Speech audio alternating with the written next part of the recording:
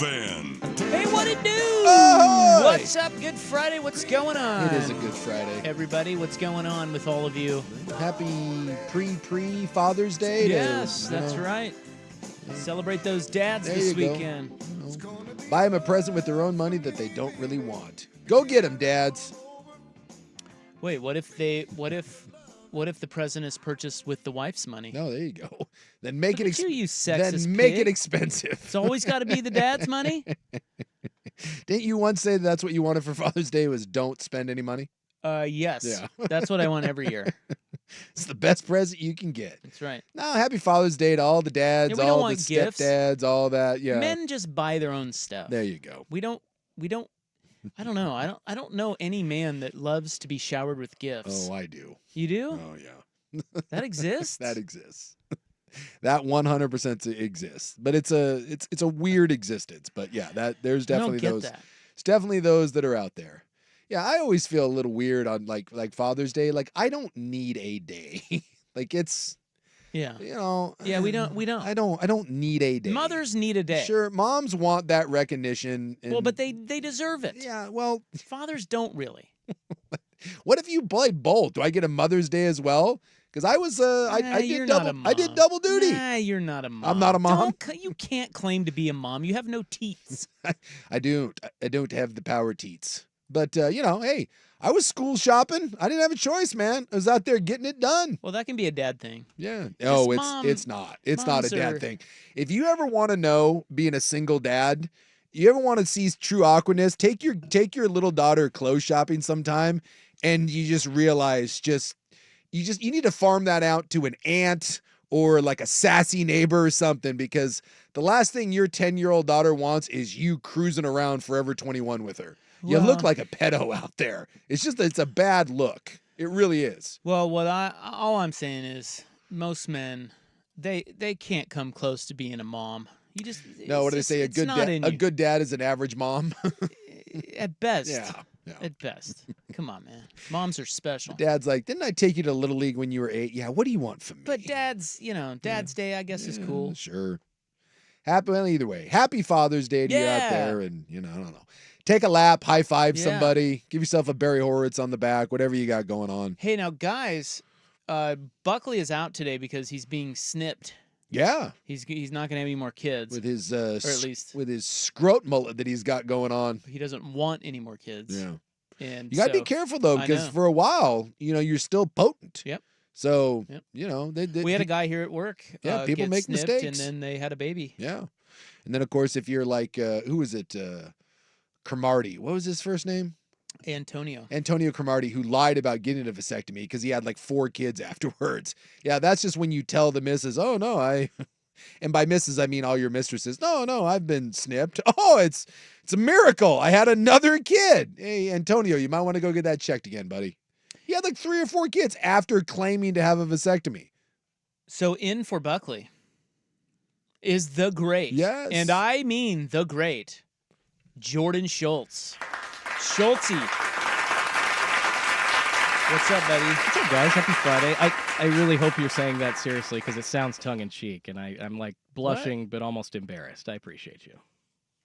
Wait, so I'm confused as well. Yeah, that's confusing. So you You're don't blushing, believe that we're sincere, but yet, you think we're sincere because you're blushing. Yeah, I like. Are we sincere or not? I don't know. This is my life. Of course we are. I'm sitting on the fence about everything. We nowadays. love you. Come on, you Schultz. probably should be sitting on the fence. Let's get Schultz an injection of confidence Let's today. go. Okay, let's do it all together. Well, he's feeling a little insecure because he's not wearing Mariner gear for the first time in a month, so he feels a little naked. He has Ken Griffey Jr. shoes on. That's true, but that's not Mariner branded gear. Do you feel awkward when you leave the house and you're not Mariner or duck geared up? Do you feel a little like out of whack? Is that what's happening? No, I mean it's golf season. This is a very comfy polo shirt. Let's go. Do we need to find you a Mariner quarter zip so you can feel a little snuggly there in the booth? Feel confident? I own like 7. I just didn't want to wear one today. Yeah, he's quarter zip guy. Yeah, I am.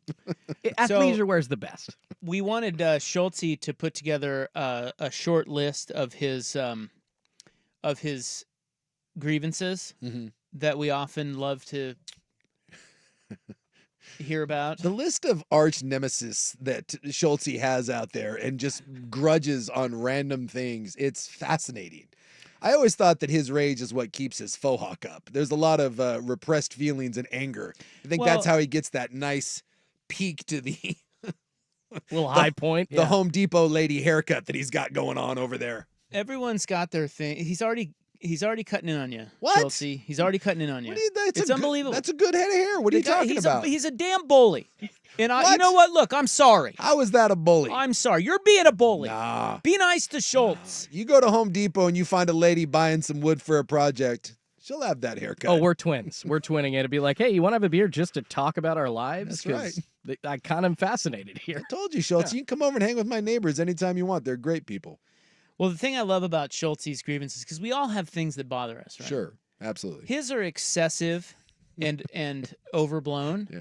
And they're about random things that you just didn't think somebody would be so passionate about. Like when he came over the top with like hot aviation takes. Yeah, what was that one? That was so I'm pretty sure that was right after the door came off and we were trying to figure out. Somebody asked the question, when did safety kind of fly out the window for airlines? And you had an answer. I did, and it was Schultz was triggered. It was when Boeing, I believe, merged in the 90s with McDonnell Douglas, and their really crappy safety culture, allegedly, of course, took over Boeing's amazing culture of safety. And essentially now in 2024, engineers don't matter, and they are a stock buyback company. Allegedly, what Boeing does. Well, that's what now. they all get. You know, you get big enough, you get profitable enough, that's what it turns into. Come on, we can't have quality and safety. That costs money. I just like how, like, you could just hear it in his voice, the disdain for the whole thing that he's bringing to the table. Like, he's trying to hold back now, but you know he just wants to blowtorch the entire Boeing corporation. McDonald's was a big one for you. Yeah, you're very passionate about fast food prices. I've never met someone who loves McDonald's more than you. I mean, I hear you. My hot take about the double cheeseburger being one of the top 5. I'll eat crow on that one. Probably like top 5 cheeseburgers in the U.S. Probably one of my worst takes. The walk back. No, I'm not trying to walk it back. I'm just trying to, I guess, if it's in like a fast food category, sure. But if I'm putting it up against like, you know, some of the best burgers even in Portland, that ain't happening. So, but I do love the double cheeseburger though. Yeah. McDonald's prices, if you go on the app and you get one for free, you can feed 2 people for under $15. And that's what my point was. I didn't think that you were able to do that at many other fast food restaurants. What else we got? I don't know. What are some other over-the-top grievances? This is probably a great Portland one. The drivers that wait at a stop sign until you get to that sign at an intersection. So it's like you're coming up to stop and somebody's already been there for 5 seconds. It is obvious that you're slowing down, like more than obvious. And they are just acting like you're going to blow the sign or blow the light. And they wait. They're being safe. Yeah. They're being, and it's not safe. It's extra safe. It's more than. Maybe they're high. It's possible. It's that, or people so that drives you crazy. Okay, behind the wheel just don't have anywhere to go. I do feel like that's kind of a Portland, Oregon thing. So, well, then wasn't that in Portlandia, the show? I think it was. There was an episode. They had the 4-way stop where everybody's waving the other through. Yeah, I can see and that. Nobody goes. That is very Portland. Yeah, but you guys got on me about my Rory take yesterday. That's what you guys were jumping. Well, on me you know about. He's not getting a divorce, right? No. He walked that back with his current. So what is your problem with a guy getting? Okay. All right. It's not about. Let's get some blood pressure medication going. breathe, Just buddy. calm down. Breathe. It's okay. It's not really about a guy getting divorced. Divorce happens, right? But yes, you did get that accurately yesterday. I am a product of 5 divorces. Ooh. So it is How not many of those are your fault? Oh, they're all my fault. And my parents told me so. God, I've got to go to therapy after the show. No, I hate to tell you this, but this is therapy. Yeah. I appreciate So, your parents got divorced. Yes. And then your mom got divorced again. And then again. And then your dad got divorced again. And again. And your mom got divorced again. Yeah, and your dad both got divorced have. again. Yeah. Both have. They divorced for each other, and they each have 2 other divorces. That is correct. God, man. Nice. Welcome to my life. maybe that gives you a little insight into Schultz. And you're about to get divorced? No. Great. My wife and I love each other. That's No, not what I heard. but the whole Rory thing, I guess I'm not really thinking as much because, guys, I get it. You know what? Rich dudes are going to do what they do. It's more so, He's now on his, I believe, second or third wife after Caroline Wozniacki, the professional tennis player, and then a woman before that, at least if it's true, according to what I've been reading online, that he literally came home while she was making him dinner, said, I don't need food, we need to talk, there's someone else, which was Caroline Wozniacki. Then he left Caroline Wozniacki in the very same fashion for his current wife, and in the last month, we had heard that he was most likely doing the same thing, at least serving papers to his current wife with a private investigator. So it's just the act over and over and over and over again. Dude, don't get married. I feel bad for their kid. I think the daughter's name is Poppy. Like, regardless, she's got rich parents. There's still going to be trauma there. So that's where I kind of start to really triggers you because of Poppy. The whole thing. The effect on Poppy. Poppy because of the effect on Jordan. To Tiger's credit, he didn't get married after everything that went down again, right? You know, like he dated Lindsey Vonn for a while. So you're okay with Tiger's 19 mistresses? Well, no. I'm saying that I obviously I don't think anything that what he did is okay. But what I'm trying to say I is, think it was fine. he's the one that took the golf club to the face, not me. I don't know. So wait. Time out. You think that Rory's daughter Poppy is worse off than Tiger's kids? I'm not trying to say. Oh gosh, no. I'm not trying to argue that one's worse off than the other. By no means. Well, you kind of are because you're saying. Yeah.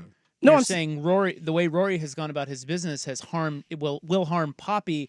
The way Tiger went about his business will not harm. And his therefore, you hate Rory McIlroy. No, I'm sure that what he did already has harmed his kids, but it sounds like at some point he learned, and the harm's already been done. But Tiger hasn't.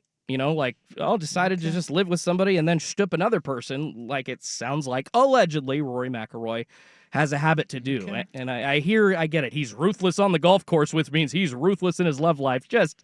Could you just throw that crap out, Schultze please? doesn't like womanizing. He's not. I guess not. He's not a fan. He's just saying, hey, don't get married. He's not a fan. Pull a Derek Jeter. Yeah. Yes, I am a womanizer. Yeah, Jeets all over yourself if you want. You're a womanizer? No, sorry, I am a fan of womanizers if you do it in the right way. Like, God, So your divorce is coming soon.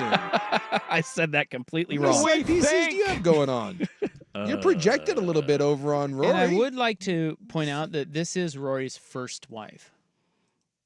So Wozniacki was not his. They weren't married. Okay, they were together for quite a while. Look, this is not a very well thought out argument here, Okay. Schultze. All right. But Especially with your history of womanizing, which apparently you're still doing. No, I'm Does trying the to missus know this? Trying to say I am a fan of womanizing, but only if you are like doing it legitimately as opposed to wrecking, families There's and or legitimate significant others. womanizing? Yes, like you can be there's cads and dads, right? Don't try to act like you're a cad when you're a dad. Just go be a cad. Don't ever decide to be a dad. You say cad. What are you? What does that mean? Are you from 1930s Britain? Cad? What? Cad? Yeah. Are you hanging out with the Gatsbys? He's a real tomcat and a cad. Y'all know what I mean. Come Wow. on, like the I actually don't. I've never heard We're that. all confused. I love Schultze. Schultze, thanks for coming in and filling in on our show. I appreciate Ladies it. and gentlemen, there's a taste of Jordan Schultz. Just confused everybody. We've twisted him right into a pretzel. It's probably going to be a long show for him because Sook's going to be all over him. There's a lot going on in that little body of his. There's just, boy, inside your mind is a hell of a place. It's fascinating. Well, we've got a big show. I don't know if you guys know that. You probably don't. But Joey Harrington is here today. 5:30, normal time. Mm-hmm. We're going to do some hot sports talk. Sports. I don't know what we're going to talk about. Oh, I know what we were going to talk about. I put together with Peyton Pritchard on the brink of winning an NBA title. Yeah. Former Duck. That's tonight. Tonight. I have put together a former Oregon Duck championship trivia test for Joey. The noted Oregon historian, Joey Harrington. Well, he's pretty good about it. Yeah. He knows his stuff. Absolutely. And look, a lot of this I did my best to piece it together. There's a lot of, it's hard to kind of find on internet. It's hard to kind of find all of the info that I wanted, which is former Ducks to win pro sports championships in all sports. Okay. So, but I pieced it together as best I could. All right. So we have no idea if any of this is accurate. It's accurate enough. I like it. It's accurate enough for a radio segment. There you go. How about that? We're playing horseshoes and hand grenades. That's how we do business but here. not necessarily Pinehurst. Thank you. Pinehurst, yeah. There were some shots today that just there's an account on Twitter. It was like a PGA account. I forget what it was, but they just have the hashtag going. Pinehurst is stupid, and they just highlight ridiculous shots that really should be good shots and end up just being brutal. There were a couple where dudes are snuggling it 1.5 feet from the hole, just dropping it, and then put a little spin on it, and they end up 40 feet off the green. Well, I can assure you Pinehurst is not stupid. The one shot that they did show that everybody's been circulating is the Mark Hubbard shot. Yes. And that was on the first hole.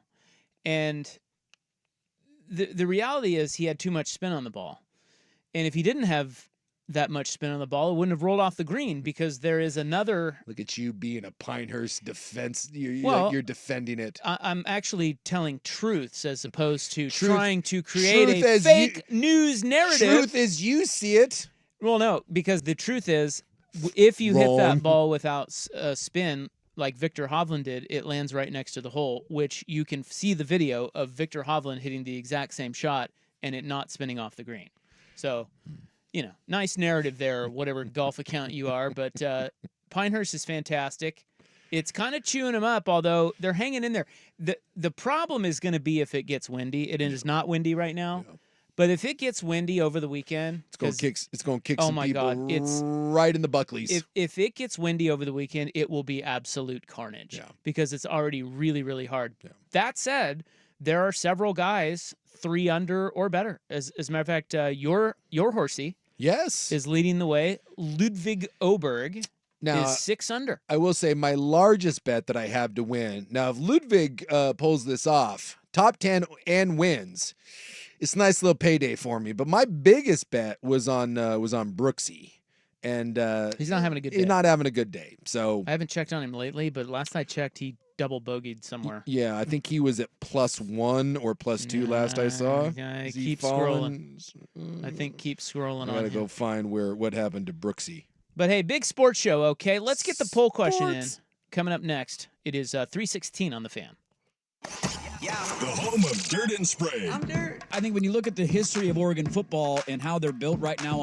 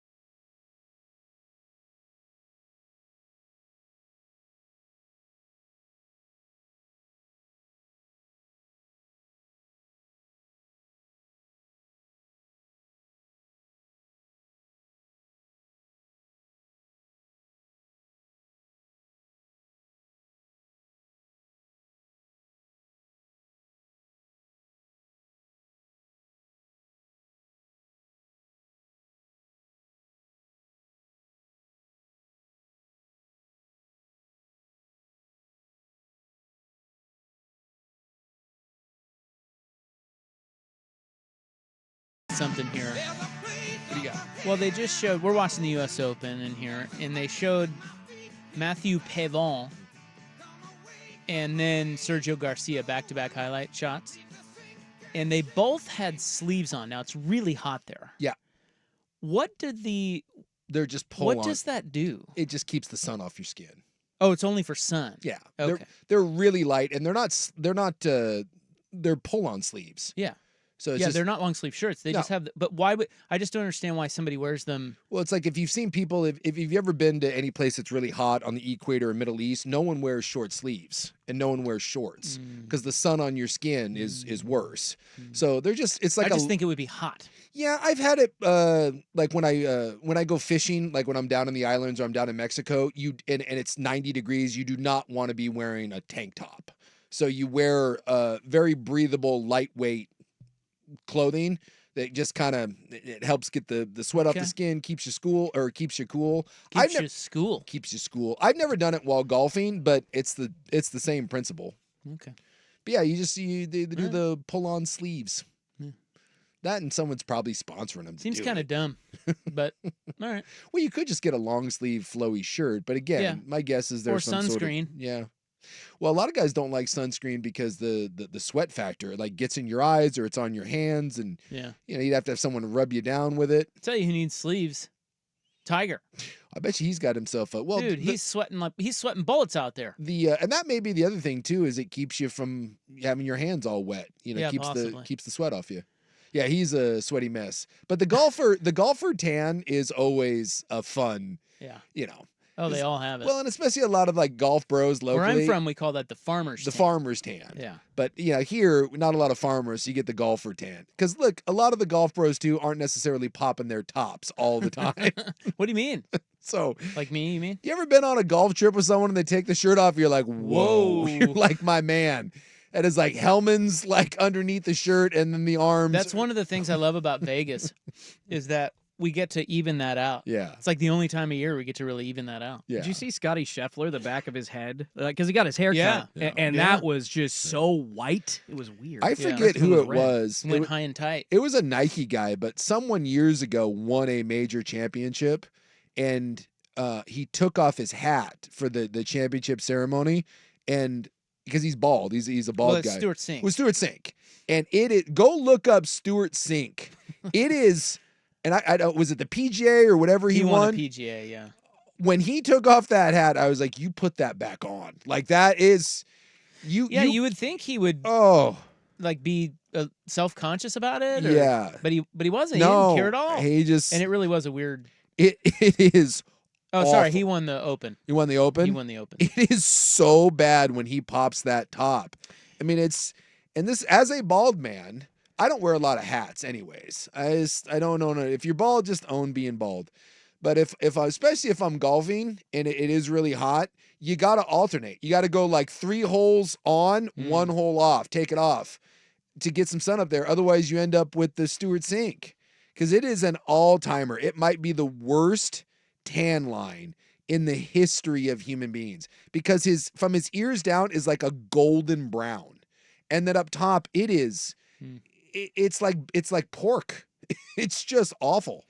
All right, today's poll question at 1080 The Fan on X, brought to you by AAA Heating and Cooling, family business helping families for over 60 years. AAAIAQ.com. Yesterday, which team would you most want to coach right now? The Spurs ran away with that 70%. Your Blazers, 19%. That's people doing bits. Yeah.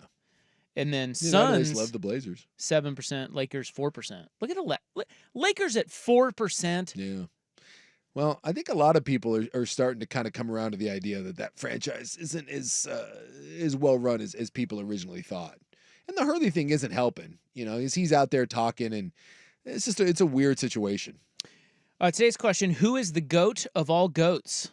And by GOAT, we mean greatest of all time. Yeah, there's only one answer to this, by the way. Tom Brady. Which you probably don't have on there. Michael Jordan. Tiger Woods. Or Wayne Gretzky. You do have it on there. Yep, it's probably Tiger. Tiger. By the way, Tiger's going to miss the cut.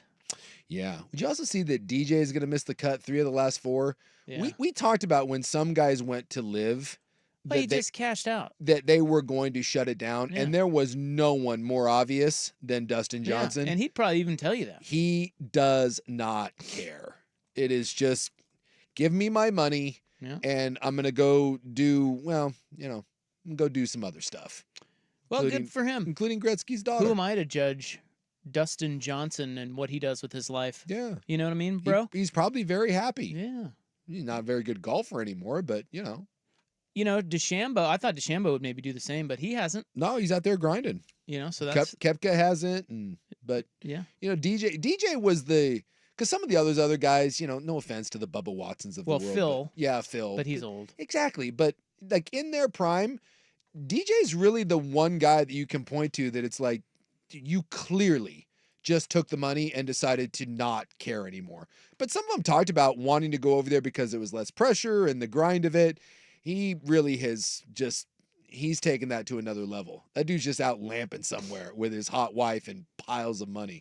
So I'm guessing you're voting for Wayne Gretzky here. I have said it before and I shall say it many, many times. To me, there is no greater gap in a sport than Wayne Gretzky and the rest of his contemporaries. But what about Tiger and Jordan? I mean, and but Brady? here's my thing with Tiger. You can make an argument Tiger's not the best of all time. A lot of people think he is, but he didn't catch jack. And I know the body fell apart, but there is a debate there, right? Jordan, there's a debate. Again, Jordan is my GOAT, and I don't know where I sit on. I would probably lean Tiger, but again, debate. Jordan is my guy, but certainly a debate with LeBron. Some people throw out Kareem. Who else did you have on there?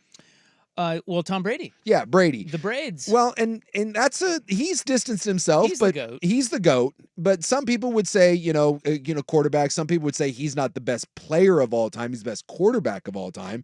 But Brady has separated himself. Although, Mahomes is going to be chasing him. But Brady has distanced himself greater than those others because there really isn't a debate.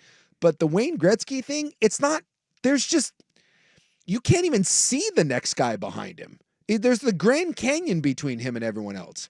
And I know no one, gives a damn about hockey around here, but I'll just continue to throw this out there. Hockey is made up for goals and assists equal points, right? And those are the big two categories in hockey, points and assists. Wayne Gretzky is the all-time leading goal scorer in the NHL, and he's the all-time leading assist leader. He's also the all-time leading points leader because he obviously is the leader in those other two. If Wayne Gretzky had never scored a goal, not a single goal in his illustrious NHL career, he would still be the all-time points leader in the NHL. Yeah, he has crazy. more assists than anyone else has points and assists combined. When you look at like his records and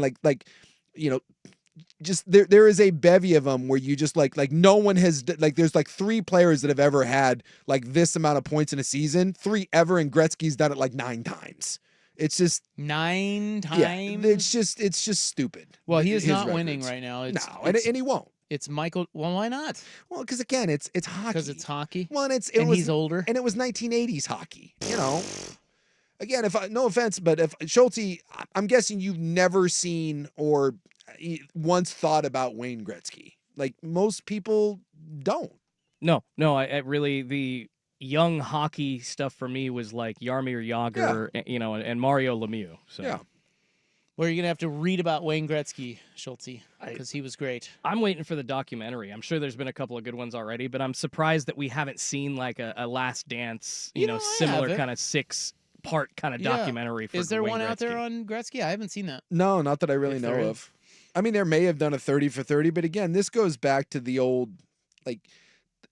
in order to get that made, I'm sure there's stuff in Canada, but in order to get a 30 for 30 or The Last Dance, there has to be a big audience for it in the United States. And, how are you going to convince a bunch of younger people in the United States to watch grainy footage from the 1980s of Wayne Gretzky? And that's the other one, too, is when you watch old hockey games, you really can't watch them. In standard, You can't see the puck. You can't see the puck. It's awful. I mean, so maybe Gretzky didn't ever score ever. it is certainly possible that he never did. Jordan leading the way, 51%. Gretzky 25%. Tiger 14%. Tom Brady surprises me. They've so far 10%. So vote on that. That is on X at 1080 The Fan. 2 things coming up. A man in sports we must discuss. And who Bill Belichick is dating? Ooh. I can't even imagine. Brady's got a new squeeze? Yeah, you haven't seen this? He was with that one gal for a long time. Who's the one gal? He was with that He was married. Yeah, no, but he was just dated this blonde for years and years. I don't know what her name is, but she was always around. Okay, well, No, she's gone. Okay. So we'll get to those items, but first let's go to Schultze with SportsCenter. This is a U.S. Open Week edition of Primetime with Isaac and Sue. Brought to you by Langdon Farms Golf Club. Now, from the Fan Sports Desk, a SportsCenter update on 1080 The Fan. First on the Fan, second round action of the 124th U.S. Open happening at Pinehurst number 2 in North Carolina right now. Ludwig Aberg, your leader at 6 under through 15. Second place, Matthew Pavone, the young Frenchman, moving up to 5 under, and he is through 13 holes so far. Tied for third, you got Bryson DeChambeau, Thomas Detry, Patrick Cantlay, and Tony Finau all at 4 under. Cantlay and Finau are still on the course. Projected cut line is 4 over par. That puts Scotty Scheffler, Adam Hadwin, and Tiger Woods among those in danger of missing the weekend. The Boston Celtics taking a 3-0 series lead over the Mavericks into Game 4 of the NBA Finals. Tonight, head coach Joe Mazzulla said Kristaps Porzingis will be a game-time decision. Dallas a 1.5-point favorite at home. Pre-game gets going over on 910 ESPN at 4:30. Tip-off at 5:30 on ABC. The Mariners hosting division rival Texas up at T-Mobile Park tonight. They lead the Rangers by 5.5 games right now. Andrew Haney and Luis Castillo on the bump. First pitch set for 7:10 p.m. It's a national TV game on Apple TV. And in college hoops, the Ducks scoring a rather large commitment today from transfer Georgetown Hoya big man Supreme Cook. He averaged 10.5 points and 8 rebounds in 32 games last year. More sports scores and stories in 30 minutes. I'm Schultze at the 1080 The Fan Sports Desk. Listen live or on demand on the Odyssey app, the Fan's desktop player, or tell your smart speaker to play 1080 The Fan. The Fan is live on YouTube and Twitch. And now, Window Nation brings you on-demand videos. Watch Window Nation's window into 1080 The Fan. Wesley Financial Group is not a law firm. This story is called The Ugly Truth About Timeshare. If you think you've done your family a favor by buying a timeshare, you need my help. Hello, I'm Chuck McDowell, founder of Wesley Financial Group. 10 years ago, I started helping folks cancel their timeshare. In the process, started what's now called the timeshare cancellation industry. The ugly truth is when you buy a timeshare, you can't tell me how much it's going to cost or when it's going to end. I recently helped a couple that had their maintenance fees go from $800 to $30.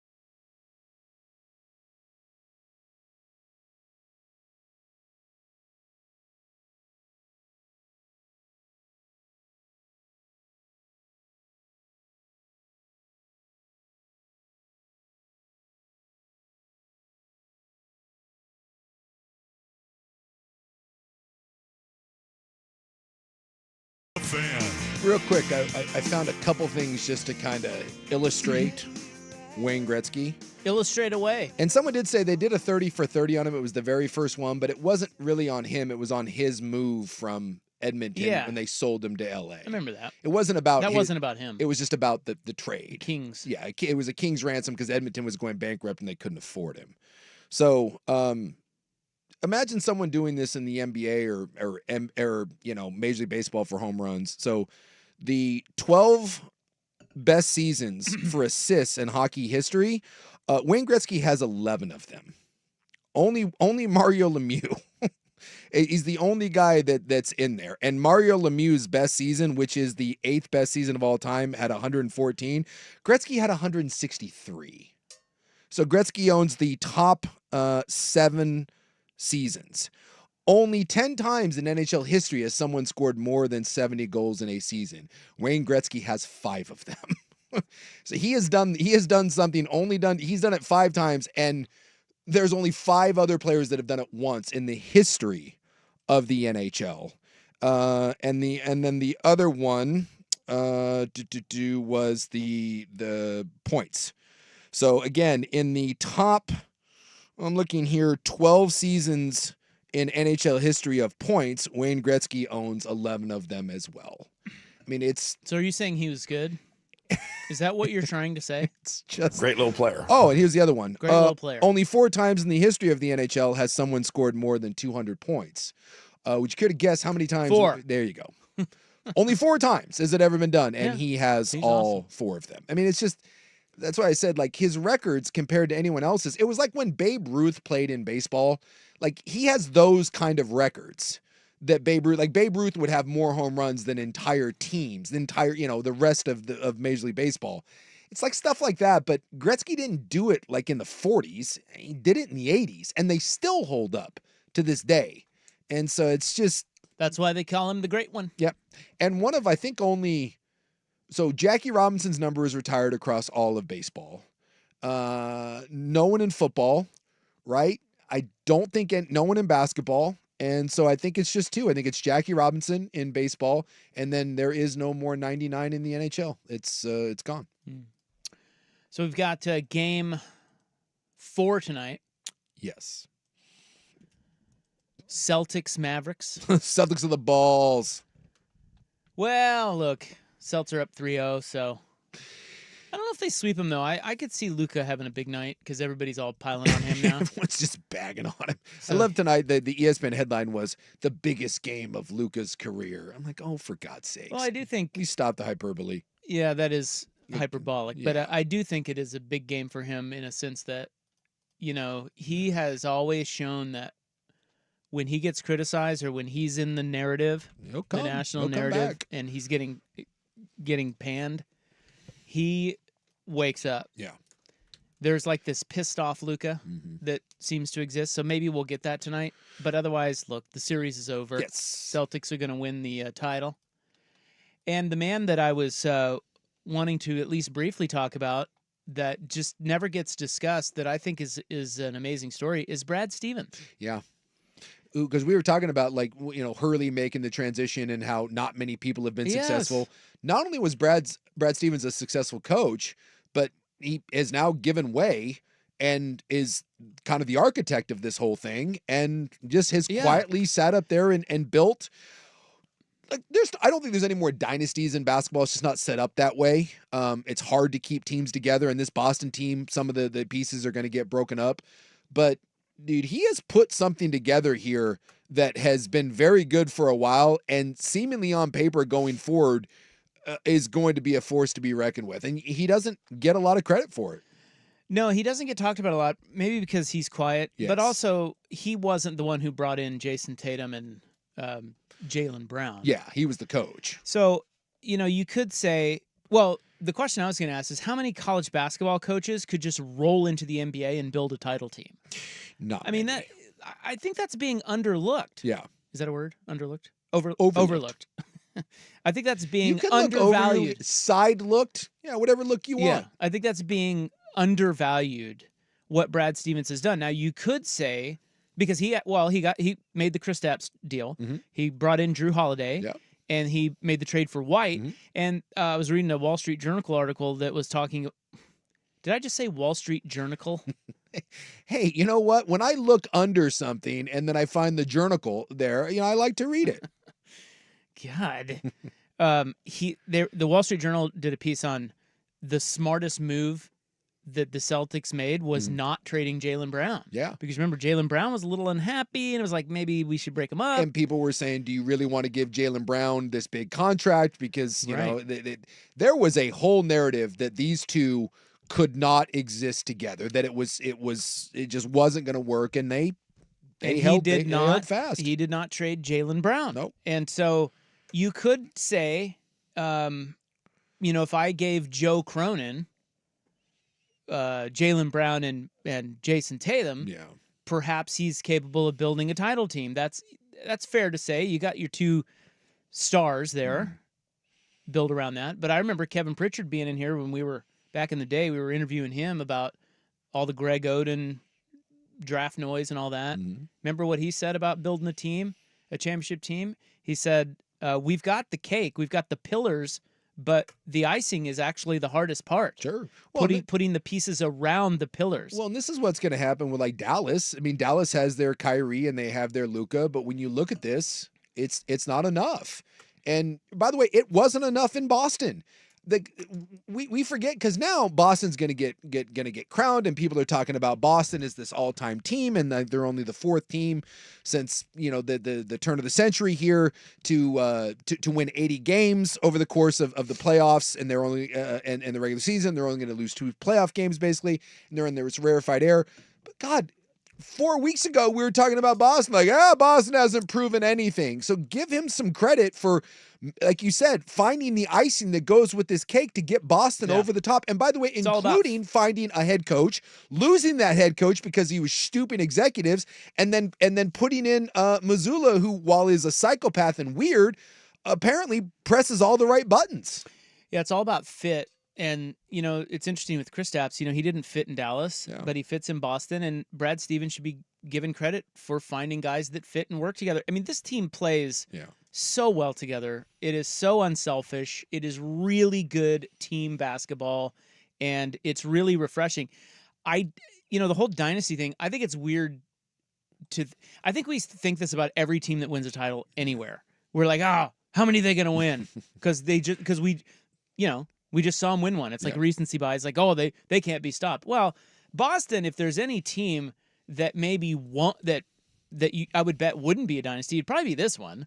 I mean, it doesn't have a superstar player. No, but it's like, your comp, we were talking about this yesterday, your comp for them was the Pistons of Rip Hamilton and Rasheed Wallace and Chauncey Billups fame. That won one. They won one title. I mean, that was a great run that they had. And this is a great run for Boston. I'm not taking anything away from them, but they've played a 8 seed, a 6 seed, a 4 seed, and a 5 seed. So let's pump the brakes on this being a dynasty. I think it's an amazing story, but I don't know if they get more than one. I don't know if they ever have an MVP. But it's just a great. Brad Stevens deserves a lot of credit. It's an interesting story. He comes straight off the college basketball court to be a coach, and then jumps into the front office and wins a title. That's got to piss you off as a Blazer fan that it came so easy. Well, and remember too that the moves to acquire some of these pieces, you did have to move out a defensive player of the year in Marcus Smart. You moved off a 6th man of the year in Brogdon. Like, bringing in Drew Holiday and making moves for that, those were not just, fly by night, no big deal. I mean, you chose to keep the right guys, and you had to go sacrifice some stuff to bring in key other pieces. So give them a lot of credit. And you're right, who knows what happens here going forward, but they did win 64 games. They have breezed through these playoffs. But the NBA, and this is what I was saying earlier, it's not set up right now for dynasties. It is hard. Someone is going to pay, like with the new salary cap, it's hard to keep guys. And people are going to pay for the Derek Whites of the world. And you're going to have to find younger, cheaper guys to go in and fill in those roles. It's hard to keep 3 or 4 big name players. And so it'll be interesting to see. We haven't had, this is either the 6th or 7th straight year where we have a different NBA champion. In the league. So it just, we haven't, a lot of people think the days of the super team and the dynasties are done. And so now, like, if you win 2 in this version of the NBA, a lot of people think that that's kind of like if you find a way to get 2, you've really done something special. Well, it is pretty deep. I mean, if you look around the league, if the Sixers can stay healthy, but then you still have Denver in there, Oklahoma City, Minnesota on the come up, the Knicks and all these teams that it does seem very deep. It used to be that the NBA was just top heavy with 2 or 3 teams, and that was about anymore. it. It doesn't seem like that. No, Dallas is going to be back. Yeah, Dallas. I would assume that Luka is going to come back in the best shape of his life. They're going to continue to tweak this roster. Dallas, he's 25. We also forget that Tatum and Brown took their lumps. Jordan took his lumps, coming up. Kobe and Shaq took their lumps. A lot of people, you have to get there, get your knocked in the dirt, and you rebound. And for all this talk of Luka can't win one, that guy has won at every level that he's ever been at. He's 20, just turned 25. I don't think Jordan won a title, I think, until he was 27. So let's give Luka an opportunity here. Like the headline today on ESPN was like, Luka fails to grasp what made Michael and LeBron and this Celtics team great. I'm like, oh my God, he's just turned 25. Weird? I know this is going to sound crazy, sports talk, hot takey. Yeah. If you were to ask me which team is more likely to become a dynasty, I would take Dallas over Boston. Really? Yeah, because you have to have superstars. Yeah. And Boston doesn't really. I mean, you could argue that Tatum. Brown and Tatum are superstars, but they're not. I mean, you're never going to have an MVP on that team. Yeah. Right? I wouldn't think. I feel like dynasty comes when you have not only a team that plays like Boston, unselfish, well-coached, shares the ball, plays on both ends, and has pieces that fit together well, right? Yeah. But you also, within that, have superstar generational players. Spurs had Tim Duncan. The Warriors had Steph. Lakers, Kobe. Shaq. Boston doesn't have that. Dallas does. Yeah. I mean, Luka's that guy. Now, I'm not saying they're going to rattle off multiple championships. I just think they'd be more likely to than Boston if Dallas ever finds just the exact right pieces around. I mean, they're in the finals, and I know we're all crapping on them now because they're getting swept, but they're not going away. No, and Kyrie's awesome, and so they've got some tweaks to make, and once they do, they could be the next Boston. Yeah, but with a superstar. The best. I saw someone today point out, like, if you're Philadelphia, like, you're sitting around, you basically handed the Celtics every one of their key players. Like, you had the ability, if you're the Philadelphia 76ers, to have, well, you did have Holiday, and you dealt him, and he ended up in Boston. And then you chose Ben Simmons and Markelle Fultz over Jason Tatum and Jaylen Brown. Yeah. Is that Daryl Morey? Yeah. So, hey, that process. The process. The process. The Celtics of the ball. Philadelphia handed those 3 guys to the Boston Celtics. Whoops. All right. Well, game 4 is tonight in Dallas. Maybe the Mavs, maybe it will be a gentleman's sweep. Or maybe it will just be they will just lay down and we'll see. It'll be 4 in a row. Well, I tell you what, Dallas is going to come out on fire. Dallas will be up by double digits at some point in this game, but we saw that Boston is resilient, and something tells me they close them out tonight. I think Dallas is cooked. All right, coming up next, who's Bill Belichick dating? That's next. It's 3:53 on the Fan. We're feeling a draft. Whether it's the number 7 pick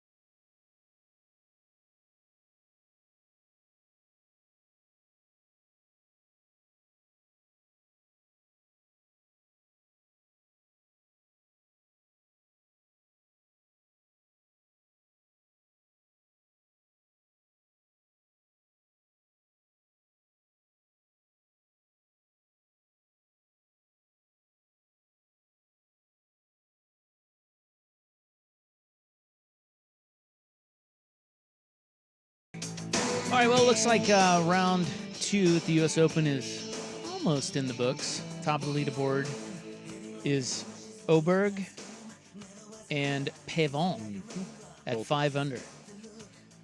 Patrick Cantlay 4 under. Looks like DeChambeau 4 under, as is Thomas Dietrich. So those are your top 5. Lower score of the day, my man Hideki Matsuyama. Yeah, he played great. 4 under, sitting there at 2. I got a little cheddar going on him. He had no bogeys. Nope. And 4 birdies. Very good round. Probably the best. Yeah, was that the low round? That was the low 66? round. 66 was the low round. Yeah, it was tough out there. Yeah. He was real strong. And Tiger will not make the cut. Nope. So Nope. Rory is 3 under. Yeah, the projected cut, by the way, is +5. So Scheffler makes it. Scheffler makes it. Brooks Koepka makes it barely. Koepka had the wheels come off. He was 5 over today. Scheffler was 4 over today, 5 over on the tournament. Some guys that won't make it. Hovland's not going to make it. Max Homa didn't make it.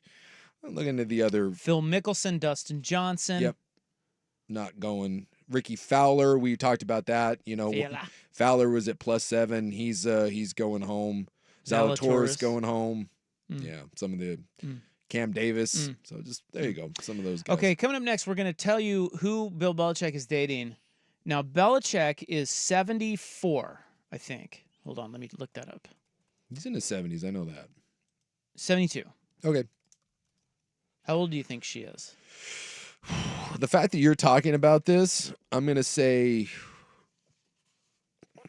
what would be alarming for a 72. I'll chop 40 years off. Whoa, 32? Yeah, I was going to say 35. Well, the fact that you had to say how old is she? I'm going 40 years. Is she of age? I'm just kidding. She can't. You tell me don't tell me. No. Get on your knees. It's wonderful. I'm going 32. Okay. Well, we'll find out next. It's 3:59 on the Fan.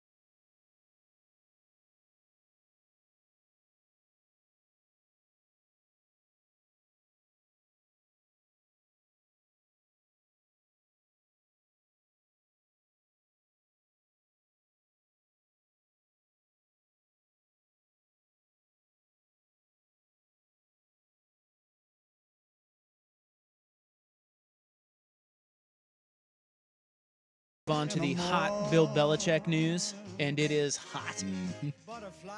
Scotty Scheffler does make the cut. Do you care to guess how many players are worse than him at putting this week so far?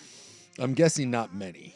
I'm guessing he's near the bottom. He is 11th from the bottom. Ooh. And he still made the cut. Yep. If that tells you how good Scotty Scheffler is. Well, Jordan Spieth made the cut, and he is actually putting worse than Scotty Scheffler. Really? And Brooks Koepka as well. So you said he was 11th from the bottom. 11th from the bottom. However many guys. I think there's like 154. There are 154 guys in this 154 guys. Yeah, so he's 140. A couple of them withdrew. I think it was 156 to start, but I think a couple withdrew. So to just give you an idea, that would be like 11 from the bottom would be about a plus 14. So Scheffler's at plus 5.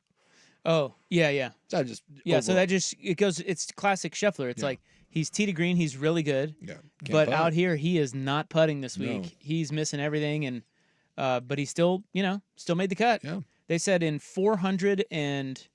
the end of his round, 436 rounds of golf, he had 2 where he failed to go under par on a hole. Mm-hmm. Today was the 3rd. Yikes. He didn't make one birdie out there. And yet he's still hanging around. But just think if he ever figures out exactly, like if he ever gets that straightened out, and can even be an above average putter. Look out. He was 161st in putting last year, which is atrocious. This year he's 71st, and he's having a great year. Yeah, one of the best of all time. Francesco Molinari, the Italian stallion. Mm-hmm. 18 is hole 9 is a par 3. His last hole, he was sitting at plus 7 walking up to the par 3. So plus 5, by the way, is the cut line. He aced it and made the cut. He had a hole in 1 and he made the cut. That's pretty awesome. Amazing. Okay, so Bill Belichick is dating Giselle. Now that would be the ultimate. No, she's dating a karate man. No, jiu-jitsu guy. Dip. What? Did you see the latest on that? No, they're no longer. They're breaking up. Oh. Do you know why? Because she cheated on him with someone else like she did Tom Brady? Wait, what? She didn't cheat on Tommy? No, not at all. You're an ass. I am? Yes. Why, for speaking the truth? Who'd she cheat on Tom Brady with? The Brazilian Jiu-Jitsu guy. No. Yes. A lot of rumors that started. A lot of rumors that Tommy was out there doing his saint. Tommy was out doing TB12 and she was out working with a black belt. So the rumor is, well, this isn't a rumor, this is true. The black belt guy, the jiu-jitsu guy, was really bothered by all of the publicity that came from the roast. From the roast. Yes. Because their relationship was put on blast on the Tom Brady roast. Sure. And he now is getting a bunch of they said that he's almost gotten too famous and it really bothers him. Oh yeah. He doesn't like it. Well, I could see that. Plus, so he broke up with her. Plus, everyone knows that. Although you keep that one, you're just you're like a Brazilian jiu-jitsu instructor, and you've got the most famous wealthy model in the world. Dude, deal with some scrutiny, my man. His name is Joaquin Valente. And it says they have reportedly called things off due to added scrutiny on their romance after Tom Brady's highly talked about Netflix roast. Brady got the final. He got the final FU by breaking him up with his roast. An insider told In Touch Weekly Thursday that the spotlight was too much for Valente. He's a regular guy. He's not used to all the attention he was getting. The insider said things took a turn for the worse following the Netflix special, which included several jabs at the pair's romance. Oh yeah. He became part of the joke. People actually started asking him if he was the reason for their divorce, and he hated that. The Brazilian beauty reportedly blames the breakup on Tom. I think it was Kevin Hart that had a great one. He's like, really, Tom? You didn't see that one coming? 12 hours of lessons a day. She's still a white belt? So good. There were some good ones in there. So she is claiming that Tom knew what he was doing, putting their relationship on target with the roast, and that she is saying that nice little salvo by Tom. Tom broke them up inadvertently or advertently, but good. Yeah. Rather again, stealth. Schultze does not like when people step out of marital bounds. We've learned that. Yep. Okay, so Belichick is 72, and I was asking you how old do you think his new girlfriend is? And I went with something disgusting. So I decided to slice off 40 years and go with 32. She is. And her name is Jordan. Not 32. Not Jordan. No, it is actually. Her name is spelled Jordan. Jordan, huh? Yes. Oh. She is 24. She's a cheerleader. Spells her name like me. That's hilarious. Oh, Bill. What do you think about that? Well, I bet they have some wonderful conversations. Right? They must have so much in common. Yeah. Yeah, it's a true love his story. bank account. Can I tell you what the story is here? Yes. It's a true love story, guys. You're It gonna is. love this. Yeah. So he is dating 24-year-old former competitive cheerleader Jordan Hudson. Mm-hmm. Sources close to the situation, this is from TMZ. Sources close to the situation tell us the two have been romantic for a while, becoming an item shortly after the New England head coach called off his longtime relationship with Linda Holiday. That's the blonde I was talking about. He had a longtime girlfriend for, again, long time. It had been a while. According to one of Hudson's former cheerleading teammates, Hudson first met the 72-year-old coach on a flight from the Boston area bound for Florida back in 2021, and they bonded over a philosophy project the student-athlete had been working on. I'm sure that's what they bonded over. He was helping her with her homework. I'm sure Bill just loved that philosophy project. Hey, what grade you in? Jeez.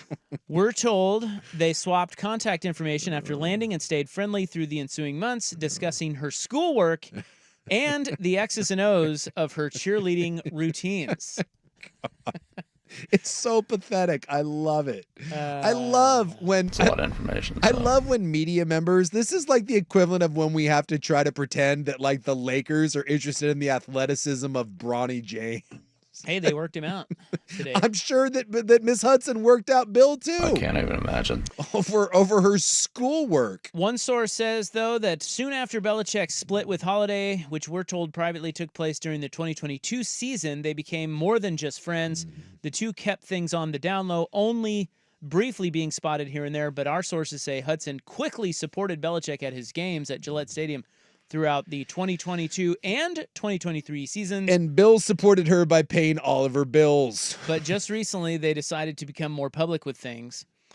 He was spotted rooting her on at a cheerleading competition in March. He was also seen with her on a work trip to Croatia. Just this week, she attended Tom Brady's Patriots Hall of Fame induction ceremony with Bill. I love it. How soon did the nudes get sent? On the flight itself? Or did we wait until after the flight on the car ride home? Or do you think later that night? Because nudes were sent the very first day. This just makes me think of a strip club. I'm trying to imagine Bill Belichick just throwing dollar bills up right now. Here we go. 24-year-old Jordan. Hey, she's not a stripper. It says right here. Competitive cheerleader. Yeah, yeah. She's a former competitive cheerleader. He You know what she is now? A sugar baby. They are saying she is an entrepreneur and philosopher. Oh, an entrepreneur. Yes. Is her business Bill's pants? It's kind of true, I guess. Like she's fishing around and for his wallet and may find something else. They are saying that Hudson, an entrepreneur and philosopher, has even begun helping Belichick with his business ventures. I'm sure she's got all kinds of ideas. God. And so someone's saying they met when she was 21. Yes, they met when she was That's 21 correct. years old. And a student. But she could drink. A cheerleader. Yeah, she was legal. I'd like to believe that this is how this went down. She realized she was sitting next to Bill. Bill realized he was sitting next to a hot.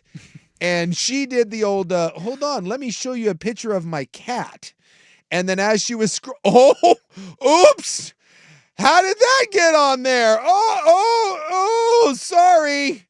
It's my OnlyFans photo. And then Bill's like, I can't believe it. And she's like, would you like to see more? I can't even imagine. Contact information was exchanged and a tale as old as time began. Yeah. You are so cynical. I think he's right. I believe in love. I think I'm spot on. I do believe it was love at first sight. The moment Bill saw that photo that she happened to leave out on her phone, Bill was enamored. And she was enamored with the condo that she probably has right now. And I'm guessing I'm going to go convertible Mercedes, something classy. I think, I don't think she's into maybe like a Lambo. I'm thinking, convertible Mercedes, possibly Audi. I mean, V. Stiviano got the Ferrari and a townhouse out of Don Sterling. So you would assume that's what this girl's going to get out of It just Bill. doesn't seem like a Ferrari type. She seems a little classier than that.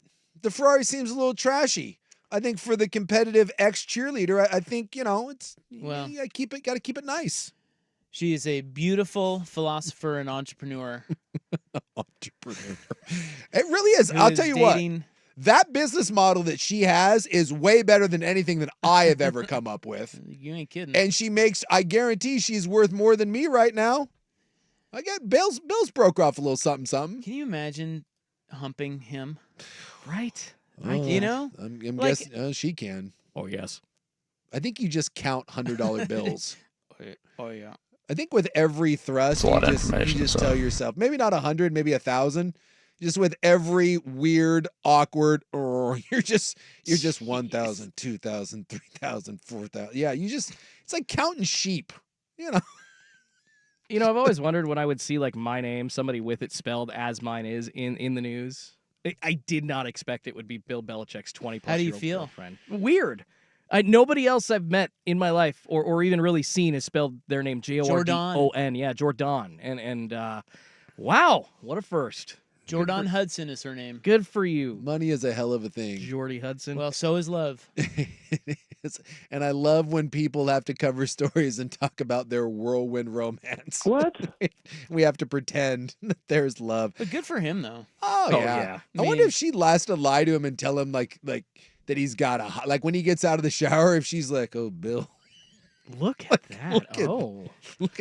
Look at this." Do you guys remember in the roast there was a joke that Tom Brady had made about like Belichick sneaking out of a young girl's house like at 6 a.m.? Is this the young girl? Supposedly they were saying that a couple of them referenced him scouting high schools for talent, and that was everyone knew that. Wait, what? Yeah, high schools? Well, it was a joke that Bill, I guess, and I didn't realize it at the time because I didn't know Bill was a pedo.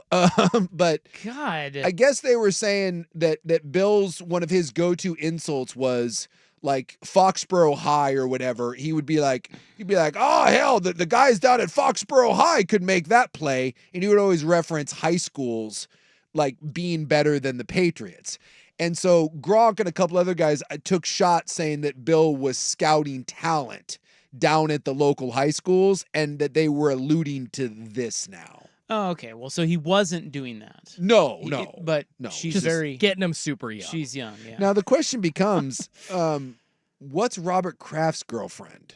Yeah, I'm looking at that right now. Who's younger? She's a little older. Yeah? Yeah, her name's she's a doctor. Oh. Her name is Dana Blumberg. Yeah. And they've been together since 2017. Is she hot too? Well, yeah. Yeah, true love. So what's the age difference there? I'm looking it up. Probably 40 years, but he's in his 80s, so. Is he? Yeah, Kraft just turned, I believe, 84, 83 a couple weeks ago. She's 50. Okay. He's 83, she's 50. So it's creepy, but not as creepy? I don't think so. I mean, that's not nearly as creepy as 72 and 24. My wife and I have always kind of had like it's hilarious conversations about this, and she just laughs because it's like you kind of get why people would want to hook up, in the moment. Like it's passion, whatever. But how can you spend more than a week with somebody 50 years older than you? You just must be counting those He's dollars worth in your $3 head. billion. Exactly. You're sitting there, you're not listening, eyes glazed over, counting money. It's like Anna Nicole Smith. Exactly. That to this day is my all-time favorite photograph that has ever been taken. Like E. Howard, whatever. J. Howard Marshall. There is a photo of him on death's door, like he is on the doorstep, like he looks like the crypt keeper, and Anna Nicole Smith is sitting on his lap, and the grin on that old man's face. I'll tell you what, she got jobbed because she earned every penny that he was gonna give her. Well, didn't she die before he did? No. He died, and she got all his money, and then the family sued. I was gonna say, I thought she never got all his money. She didn't. She did originally, and then the family sued, and the court sided with the family, and she didn't get it, which is ridiculous because that old creepy man wanted to hand his money to those big up tops. And if that was the old man's wishes, tell me that in the year or two that they were together, she made him happier than any of those rat bastard kids ever did. She deserved that money. She was... And I'm guessing that Crazy. that old Jordan Hudson here is working that same way. She's got to figure out how to get in that will and get into it now. At least Crafts has a doctor, but I guess she looks classy. 50-year-old classy doctor. And that's what Belichick's old girlfriend was. A classier. Like, she'd actually been, smart woman, like really professional, driven. Yeah. Until he saw the nudes. Well, you know what? Love comes in all shapes and sizes and ages. It also comes in the shape and size of a competitive cheerleader. She's like, That's hey, right. Bill, you ever seen someone flexible? Watch this. She's doing those cheerleading splits. They do something called the pyramid when they're in the bedroom, and it works out. Uncomfortable. Yeah, Crafts gal is an eye doctor. Eye doctor, okay. And look, the eye doctor does fine. Good for her. She doesn't do $3 billion fine. All right, well, there you go. That's the latest, the Scuddy. That's the TMZ for the day. And by the way, to any very old, rich women that are into large Vikings, hey. How much do they have to have? I like my gal right now. So I'm, if you've got like 10 mil, come talk to me. 10? Yeah, I'd like to live a comfortable lifestyle. That's not enough. Not enough? No. I'm not greedy. I am. 10. And I too love my wife, so yeah, it's going to take a lot. It's going to take a lot. I could do a lot with 10 million. I mean, I got a good lifestyle. If you're over 100 million, I got to have a conversation with Nurse Nice. Yeah, that's a good number. Like, look, babe.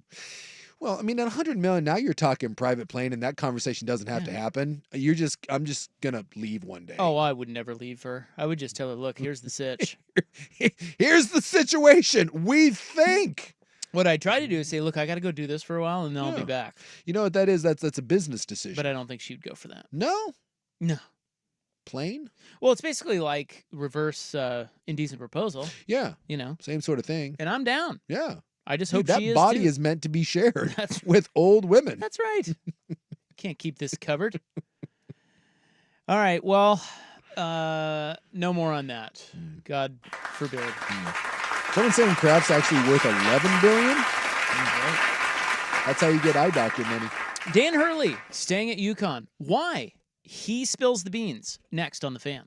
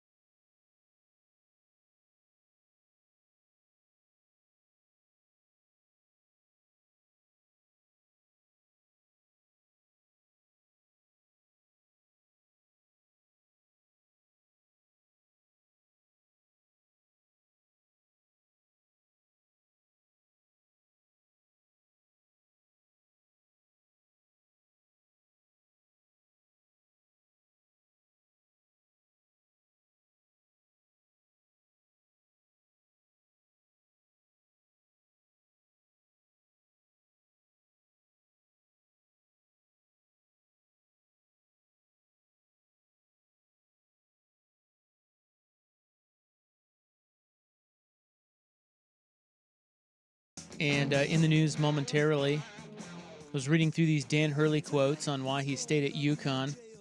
Turns out his wife is a big reason why. Well, he keeps bringing up his wife because she's from New Jersey, and we were talking about this when he was being rumored for, Kentucky, I think? Yeah, and she was not having it. She was like, no. And she said, Connecticut is as far away from New Jersey as I want to get. So, a lot of people were like, well, maybe she's the reason he didn't go to L.A. And he talked about that. And he said his wife's name is Andrea. And this is from Sports Illustrated. It reads, Hurley spoke about his wife Andrea's involvement in the decision, which has been speculated about at length. He said Andrea was violently angry and emotional at the concept of leaving. She got emotional, like, our life is so great, it's perfect. Our lives could not be any better, and now you're bringing in this S? However, he says she warmed up to the concept of moving to L.A. after meeting with Lakers brass in L.A. last week. Yeah, they flew out there, and she said he kind of softened the stance, but she gave him a deadline. See, I think that's bullshit. Yeah. There's no way. She probably went out. I mean, sure, she did go out there and listen. And he says she saw the vision of it, and she was into it. I bet he's lying about that. He said that I needed some time to mull it over, and she said, no, you make up your mind. Like now. He also said, too, in there that... By the way, this is great. I want Andrea to coach my team. Boy, have you seen her? No. Boy, she seems like a lot of woman. Well, like, I don't need to see her to know that. I mean, he keeps talking about her like she runs the... She does. She runs the Hurley household, and he's a tough guy. Yeah, no, she is the most Jersey Shore gal that you could... a younger version of her could have been on the Jersey Shores and gone head-to-head with the situation. She ain't messing around. Yeah. Yeah. I see that. Yeah, she looks like an older Snooki. Yeah, she's got a shirt that she always wears around that says, I'm the coach. Yeah, she's running that stuff. But you know what Hurley said to her, because in that interview, he said there was a number. Because that was the thing that made no sense about this, is the Lakers did not offer him a bunch of money. They made him like it would have been the 6th or 7th highest paid coach. But when you look at the money, it basically would have made him, he's right on par with middle of the road. Because the difference between like the 6th and the 15th best coach in the NBA, it's just a few bucks. It was kind of I'm not going to say it was an average NBA salary, but it certainly wasn't like a knock your socks off offer. So it made what is LA doing? Like his offer, the Kentucky offer was more than the Lakers offer. And so Hurley said there was a number that the Lakers could have thrown out there that he wouldn't have been able to say no to, which this goes back to the Bill Belichick thing. I love that for all of the bluster of Miss Snooki there, who is like, you're not bringing this S to my door and I'm not leaving. There was a number that he could have come back to her with and was like, honey, this in Southern California, this in Malibu, this in Huntington Beach. We're going. And she would have been like, yeah, okay. Yeah, all right. Yeah, all right. Don't we all have that? I mean, absolutely. Come on. So I appreciate that even someone who is so adamant about not leaving, at least that was my favorite part, is that he was honest with, there was a number, because everyone has the FU number. And it surprised me that the Lakers didn't even make an attempt to get to the FU number. It was nowhere near it. Yeah. I guess maybe they just set a budget. I guess. Set a budget and said, if we can get him for this, we'll take him. But did you really think that he was going to leave for less money than what Kentucky offered him? Again, I think that the Lakers do feel like they're superior and everybody should want to coach them. Well, I think they have that complex. I guess. Or it also makes me wonder, I have to have a sinking suspicion that some of this was a ploy against Redick. That they were like, look, we are going to, we'll entertain Hurley, and if he takes this offer, so be it. But, this starts hey, we offered Hurley this. We're not offering you more than that. I just wonder if this whole thing wasn't a little bit of take a flyer, and if we get him, great. And if not, it kind of gets more of a realistic thing to JJ Redick of, you're not our only choice. And if this is what we're offering someone who's a hell of a lot more qualified than you, don't you dare go asking for all this money. I'll be interested to see what Redick ends up getting if he gets the job. Because like I said, I think this was a purpose pitch. All right, in the news is next, story of Hero Dog. Here's Schultze. This is a U.S. Open Week edition of Primetime with Isaac and Sue. Brought to you by Langdon Farms Golf Club. Now, from the Fan Sports Desk, a Sports Center update on 1080 The Fan. First on The Fan, the Boston Celtics taking a 3-0 series lead over the Mavericks into Game 4 of the NBA Finals tonight. Multiple reports in just the last half an hour stating that Kristaps Porzingis is available to play after being listed as a game-time decision. Dallas, a 1.5-point favorite at home. Pre-game getting going right now over on 910 ESPN. Tip-off set for 5:30 for Game 4 of the Finals on ABC. Round 2 of the 124th U.S. Open at Pinehurst, number 2 in North Carolina. Looks like it is all finished up for the day. Your leader, Ludwig Oberg, at 5 under. Bryson DeChambeau tied with Thomas Detry, Patrick Cantlay, Matthew Pavone, all at 4 under for second place. 2 tied for 6th, Rory McIlroy and Tony Finau. The cut, 5 over par, means Jason Day, Victor Hovland, and Tiger Woods among those missing the weekend. The Mariners hosting rival Texas up at T-Mobile Park tonight. They lead the Rangers by 5.5 games. Andrew Haney and Luis Castillo on the bump. First pitch set for 7:10 p.m. on Apple TV, a nationally televised game. In college hoops, the Oregon Ducks scoring and transfer commitment from former Georgetown big man Supreme Cook. He averaged 10.5 points and 8 rebounds in 32 games for the Hoyas last season. More sports scores and stories in 30 minutes. I'm Schulte at the 1080 The Fan Sports Desk. Listen live or on demand on the Odyssey app, the Fan's desktop player, or tell your smart speaker to play 1080 The Fan. Tired of getting dinged by subscriptions? We won't send you a bill. Portland's sports leader, 1080 The Fan. Hey, what's up? It's Rob coming back here to tell you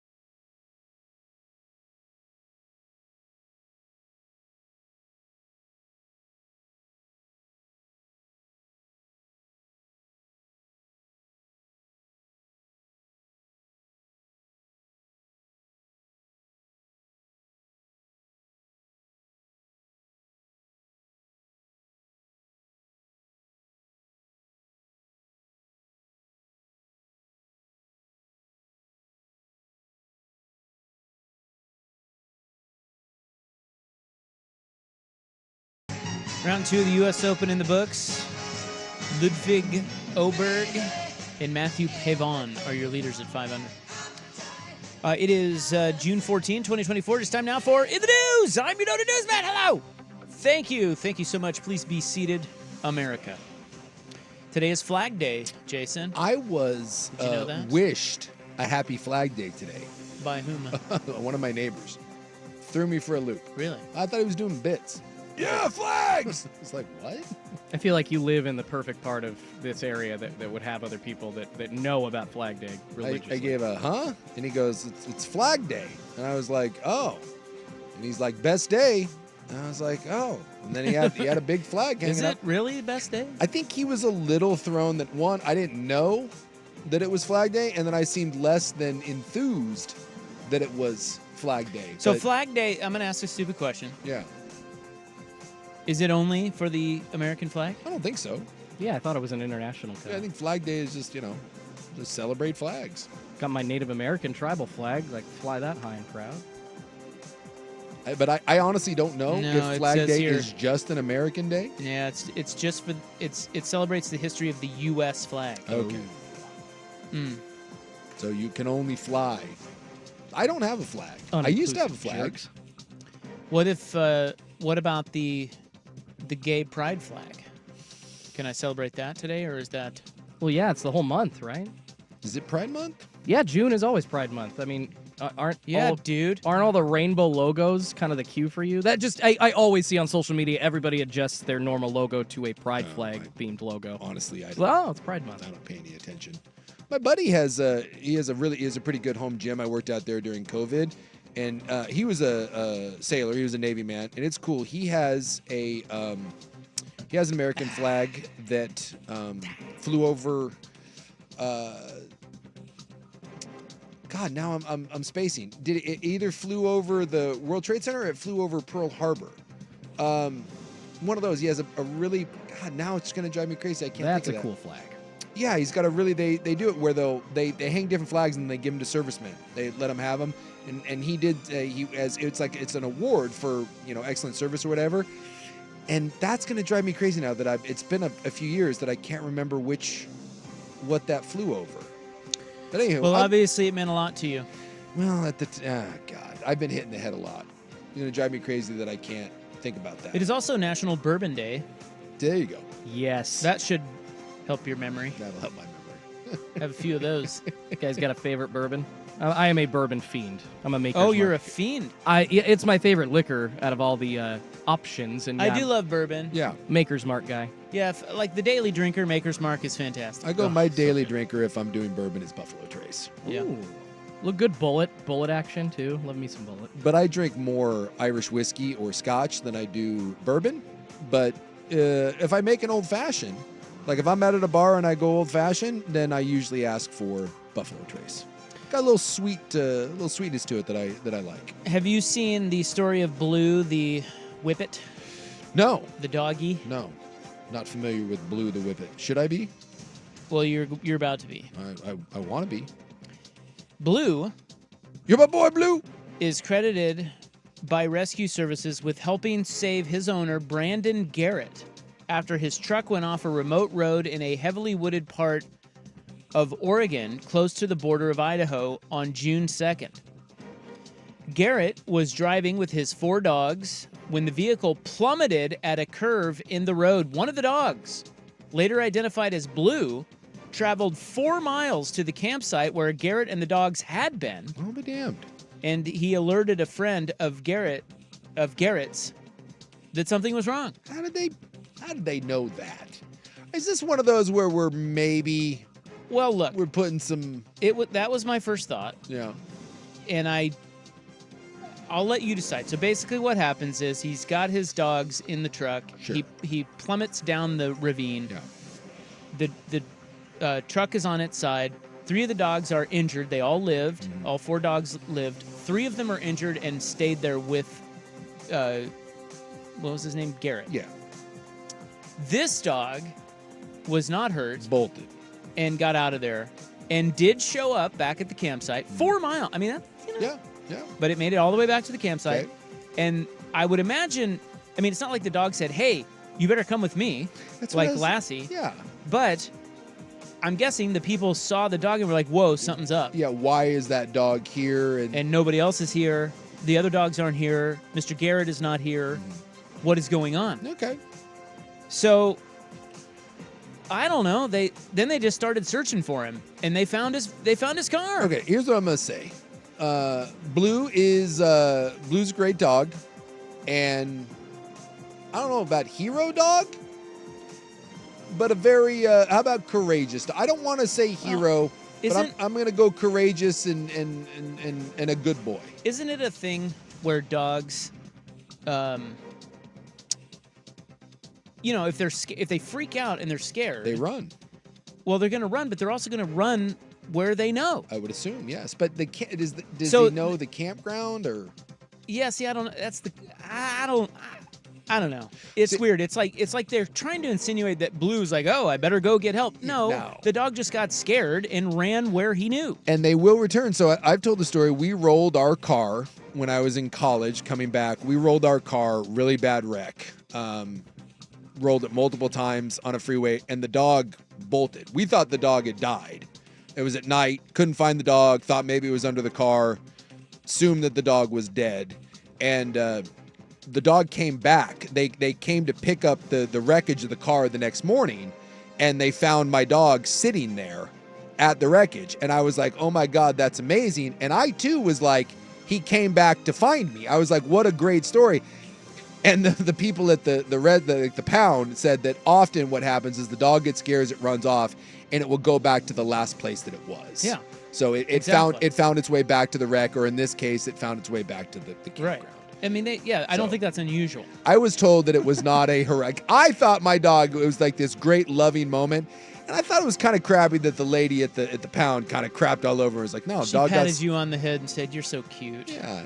Can you just let me have this one? So I'm going to let them have this, that Blue's the hero. I'm calling it a hero, and they should love that dog and, should be their dog forever. You're so cute, Jason. It's still educational, though. Just go back to the last spot where you lost the dog. Yes. So when we were calling around to the different places in the morning to see, one of the people did say you should go and check back. They said that's what the lady said, and we got a call from one of the crew that had come to get it, and they had contacted someone and said, hey, there was a dog here, and we ended up getting our dog back. Pretty kind of cool though that he fell out of a car at 80 miles an hour rolling and just shook it off. Rottweiler. So where did he take off to then? We don't know. He just bolted. He's probably pretty close by.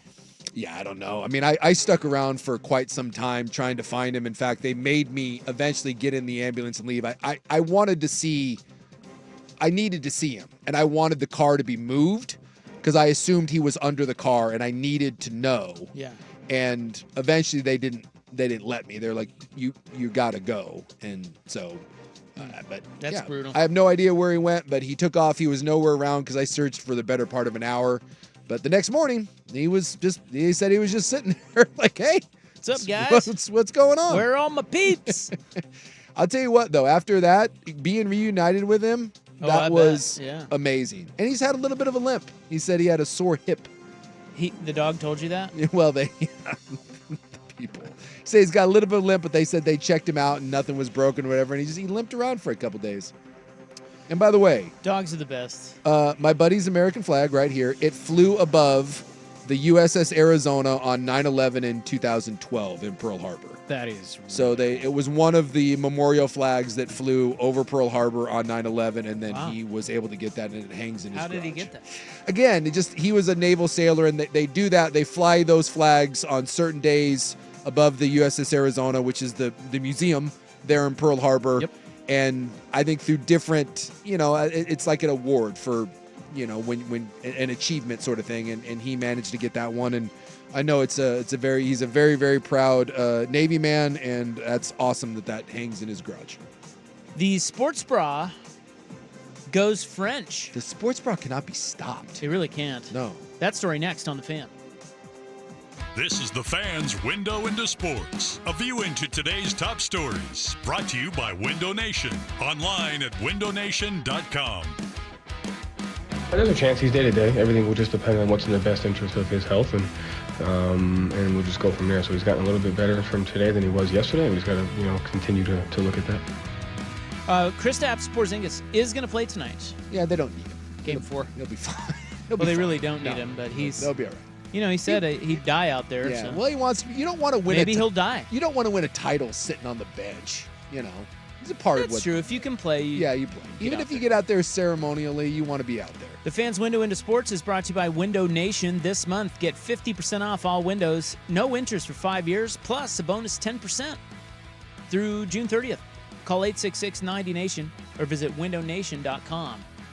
It's the Vancouver Ford text line. Plenty of time to talk sports today. One number does it all. 503-864-6FAN. For contests and text in your favorite fan hosts about today's hot topics. Brought to you by Vancouver Ford. Your dollar goes further at Vancouver Ford. They treat you right before, during, and after the sale. Visit VancouverFord.com. The Vancouver Ford text line. 503-864-6326. That's 503-864-6FAN. Laurelhurst Market Steakhouse and Butcher Shop is more than just a great place to get dinner or grab your meat. Hey, it's Rob. If your crew is looking for a place to get a quick lunch, try their killer sandwiches that include daily specials or give their next level burger a shot. If you're planning to order lunch into the office or for a meeting,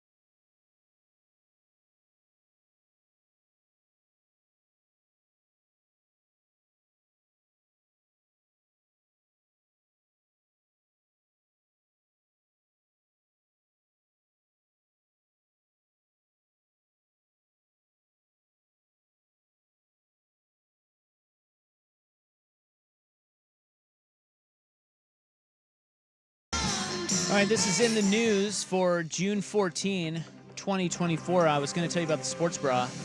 They're over in France. Well, they're here too, but the sports bra. But that's been pushed aside. We got breaking news. The sports bra has been thrown to the floor. They're not going to be happy about that. At least for the time being. Yeah, we have to tell you about this story from Oaks Park. Yeah. Right across the water from us here. Been a while. Well, actually, it's not. I was thinking of our old place. Used to be, yeah. Yeah. Oaks Park, Selwood area. Portland firefighters had to rescue 30 people trapped upside down on a ride Friday afternoon. Uh-oh. The ride is called Atmosphere. I see what Get they, it? Fear. I see what they did. It was stuck for approximately 15 minutes. Now, describing this, it's like, okay, picture an upside down martini glass. Okay? Mm-hmm. Are you picturing an upside down martini glass? Yeah, I'm just going to Google it and look at it. Okay, well, not everybody can do that, Jason. Oh, I know what this is. Yeah. So an upside down martini glass, all the people are dangling from the base of the glass. Remember, it's upside down. So they're way up at the top, dangling as the rim sits on the ground. That's what it looks like. Yeah. In the atmosphere, I think that thing just goes up and down. No, it spins them. It spins around like like in figure eights. It was featured in Zombieland. If you've seen the movie Zombieland, they have one of these. Every amusement park you've ever been to has one of these. Like as Rob said, upside down martini glass, you're at the base of it, and then the big long lever, and then it kind of spins around in different patterns. Yeah, like the ring spins around while the pendulum is flipping upside down. Oh, it's okay. like every single which way. Gross. I would puke my guts out. I hate those kinds of rides. Yeah, They're terrible. it is definitely one of those that, if you don't like feeling the stomach bubbles, you don't want to be on this. Well, park operators and Portland Fire and Rescue were able to manually lower the ride, and everyone was evacuated. They're all now being medically evaluated. That's good. Well, they said they were going to try to do a high-angle rope rescue. Mm-hmm. That's if they were unable to lower the ride manually, but they were able to get it down. Yeah. So then, but no one was hurt, right? Well, they didn't say that. They said they're all being evaluated, but I'm sure someone will come up with a serious neck injury or something. My back. But one person that was there said shoes fell off and someone puked. Well, to be fair, someone could have puked on that ride no matter what. True. Yeah, but if you're hanging upside down there, Yeah, well, that's true. Like, is hanging upside down stationary better than the ride? I have to ask that question. Well, hanging upside down can be problematic. We talked about that guy in the putty cave that died. You cannot too long. If you hang upside down for too long, yeah, you're in trouble. Yeah, it's bad news. But this was only 15 minutes. That's still, boy, I don't want to hang upside down for 15 minutes. And that 15 minutes has to feel like an hour to those people. Oh, for sure. I mean, that I don't know how, because you can't take your phone out because you're going to drop it. Everything about this sounds awful. I certainly would not. I would not be happy. I don't know what sort of compensation you get, but something tells me that there will be a couple suits. There will be an attorney or two involved in this. Oaks Park is no more.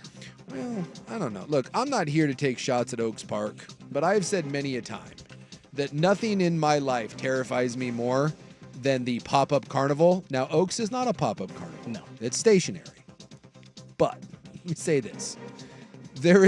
There's levels to this. You have like Disneyland and like Six Flags, those sort of things. And then on the other end of the spectrum, you've got the pop-up carnival, which is just beyond terrifying. And then somewhere in the middle is the Oak Parkses of the world. I have no problem going on any of the Disneyland rides or the Six Flag rides. It's fine with that. Billion-dollar companies. You couldn't pay me enough to go on the meth rides at the pop-up carnival. It's up to you to decide where Oaks Park falls in that spectrum, but it's somewhere between those two. Yeah, it's closer to the pop-up than it is.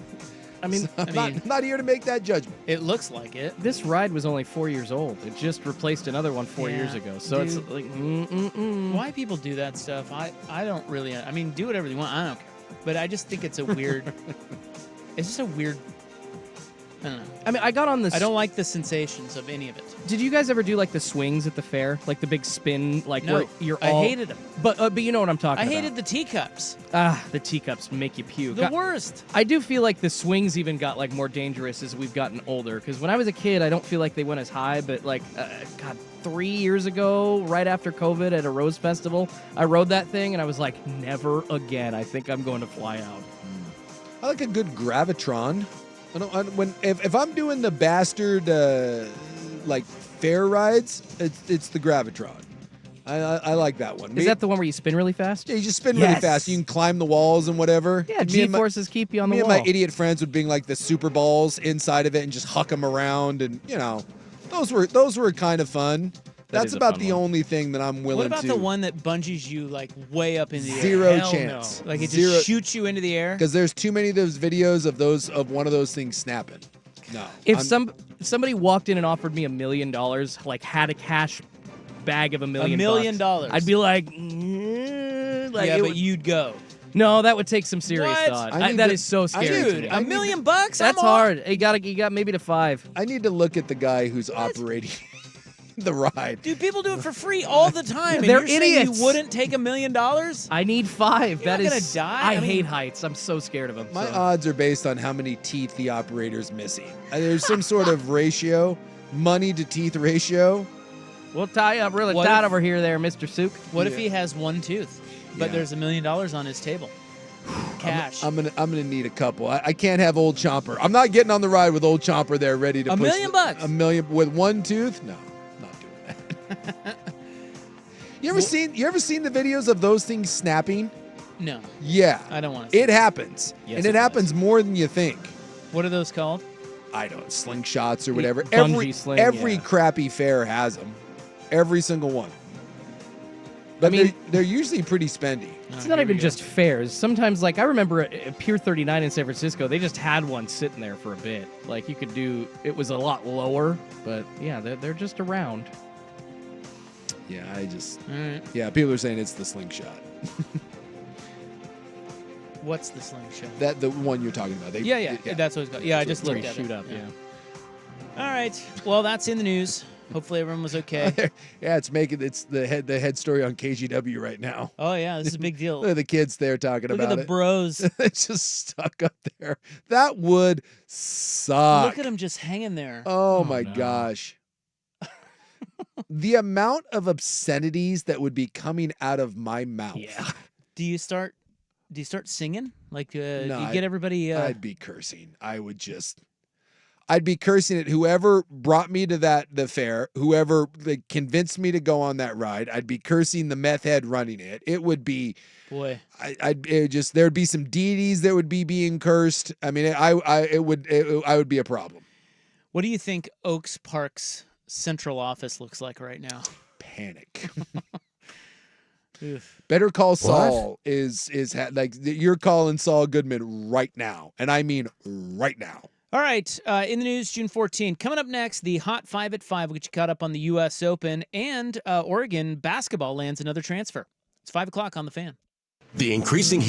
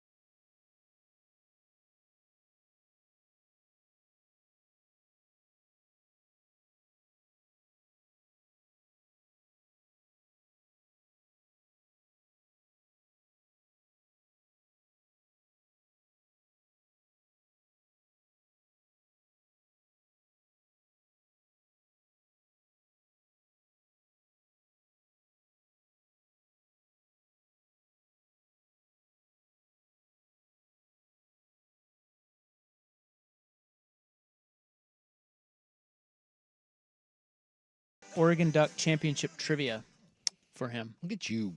Your award-winning show prep. It knows no ends. Yeah, you're welcome. You're welcome. It's going to be great.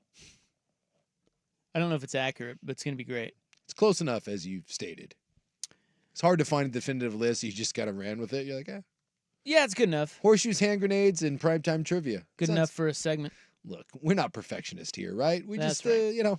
We get it around the green. Now, do hot flight attendants provide better customer service than non-hots?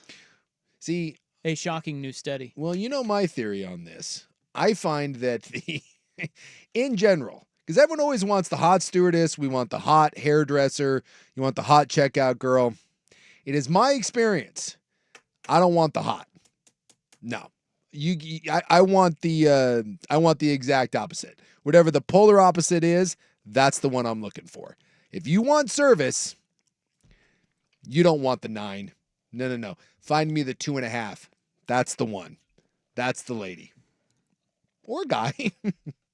Yeah, come on, man. Yeah. They're going to work a little harder for you. Well, there's a new study on that. I'll reveal the results in the club. We also have today in TikTok.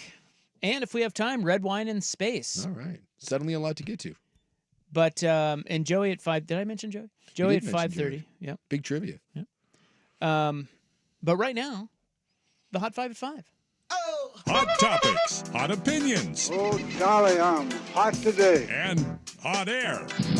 It's time for the Hot 5 at 5. That's hot. The Hot 5 at 5 on Primetime with Isaac and Sue. No, I mean it. That's very hot. The Hot 5 at 5 with Isaac and Sue. Brought to you on The Fan by Victor Rico's Mexican Food, the most popular burrito spot in Oregon. Online at victorricos.com. Number 5. Major League Baseball has disciplined umpire Pat Hoberg for violating the league's gambling rules. Uh-oh. This is 10 days after they levied a lifetime ban on a player for gambling. What was his name? Matt what? Well, his name's Pat Hoberg. He has denied betting on baseball. He is appealing the discipline. He has not umped a Major League game this season, but this is from spring training. And Major League Baseball said during this year's spring training, Major League Baseball commenced an investigation regarding a potential violation of MLB's sports betting policy by umpire Pat Hoberg. He was removed from the field during the pendency of that investigation. While the investigation did not find any evidence that games worked by Mr. Hoberg were compromised or manipulated in any way, MLB determined that discipline was warranted. And he will appeal. Interesting. How about this? So they aren't saying. If you're a Major League Baseball ump or in any way affiliated, don't gamble. Why is that so hard? Yeah. I have no sympathy, none, for any of these people that get caught. Number 4. I just don't. The Astros continue to suck. I know, it's kind of fun. It's great. Today they release former AL MVP Jose Abreu. Yeah. He sucks so bad they cut his ass. Well, think about that. Like, Springer sucks all of a sudden. Correa isn't having a great year. What has happened? And I know they're Bregman's hitting like 230. Yeah, whether you're in Houston or left, that Houston team is kind of crumbling. This dude Abreu is batting 124. Ooh. It's a future Mariner if I ever saw one. You are so right about that. Pick him up for pennies on the dollar. That's exactly what DePoto's going to do. The question is, won't he be even worse for them? No guys come to the Mariners and hit 100 points less? Yeah, but guys that are good hit 100 points less. So I don't know what happens when someone who sucks already gets to the Mariners. I don't know if that's like a cross-cancel thing. Since they picked up Victor Robles, he's been hitting like 230 for him. That's not terrible. Have Victor Robles? Yes, they grabbed him off the scrappy. That guy's garbage. They should go get Chris Taylor next. He was their own, actually, so no, I don't want him back. Or Kevin Biggio. Don't they start, he's in LA now, don't they start a set against the Rangers tonight? Yes, sir. Luis Castillo and Andrew Haney. Big series. And your Royals are at the Dodgers. Yep. All right. Where was the Royals are only 2 games different from the Dodgers? Yeah. I mean, you don't have to tell me that. And yet you're poo-pooing this series. You're like, well, it's a big series. Well, it is, but so was the Yankee series. They lost 3 out of 4. It's early. A lot of ball left. Georgetown transfer Supreme Cook. What a great name. That is a great name. He is transferring to Oregon. He is a big man, averaged 10 and 8 last year. All right, well, Nice pickup. Altman's done real well with the transfer portal. And they need it now that N'Faly Dante has been denied an extra year. So they need a big. Someone else today I saw too. I forget who it was, but they're saying that remember UW got that the Mountain West Player of the Year for $2 million? Another kid today got $2 million in the transfer. State. Kansas State, yeah. Ponied up a $2 million for Never a even kid. heard of the guy. Yeah.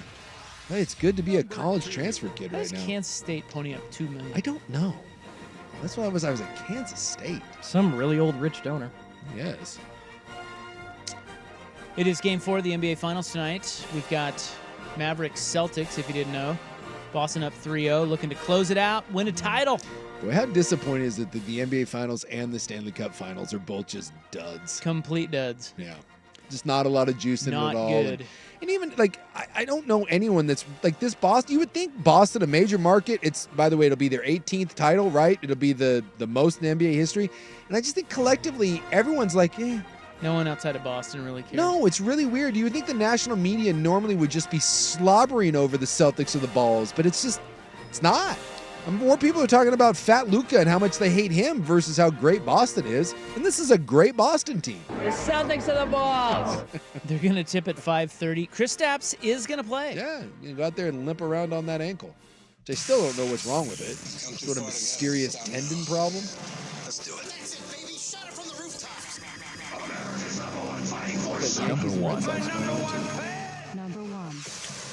Number one. Phillies O's. That's a good series. Yeah, that's good. Because, you know, Good little baseball. After this, you know, and hockey's done, like it's, I mean, I guess we got the Olympics, but get ready to watch a lot of baseball. I mean, there ain't nothing else going on. Round 2 at the U.S. Open. Course firmed up today. The leader after yesterday was Patrick Cantlay at 5 under. The leader after today is Ludwig Oberg at 5 under. He is 5. He is alone in first place. Bryson DeChambeau, Thomas Dietrich, and Patrick Cantlay are 4 under. Rory McIlroy, Tony Finau, Matthew Pavon, 3 under. Hideki Matsuyama, 2 under. He had the low score today. He shot a 66. And a slew of guys 1 under, including Xander Schauffele, Corey Connors, and Tom Kim. Tiger Woods misses the cut. Scotty Scheffler was 5 over, 4 over today, and 5 over for the tournament. Thought he was going to miss the cut, but the afternoon wave didn't play very well. No. So he makes it. The course definitely got firmer as it went on, and much tougher conditions. And they're saying if the wind picks up, look out. So Koepka shot 75. He barely makes the cut at +5, and Scheffler shot 74 and barely makes the cut at +5. Phil Mickelson was 15 over on the day, by the way. Who was last? I always like to look at who's last. Makes me feel better. Who is this? Charlie Reeder? Do you know Reeder? Something like that? What's he at? 19. There's a bunch of guys actually at 19. Otto Black at 19. There's a couple of Japanese players that were at 19. Otto Black. Sounds made up. And he is a white guy, by the way. And then Phil sitting there at 15 over. That one stings a little bit. Phil went 79-76. Victor Rico's Mexican food brings you the Hot 5 at 5. It's the most popular burrito spot in Oregon. Order now at victorricos.com. Tom Brady talk coming up next, and then we'll be joined by Joey Harrington. It's 5:14 on the Fan. It's back.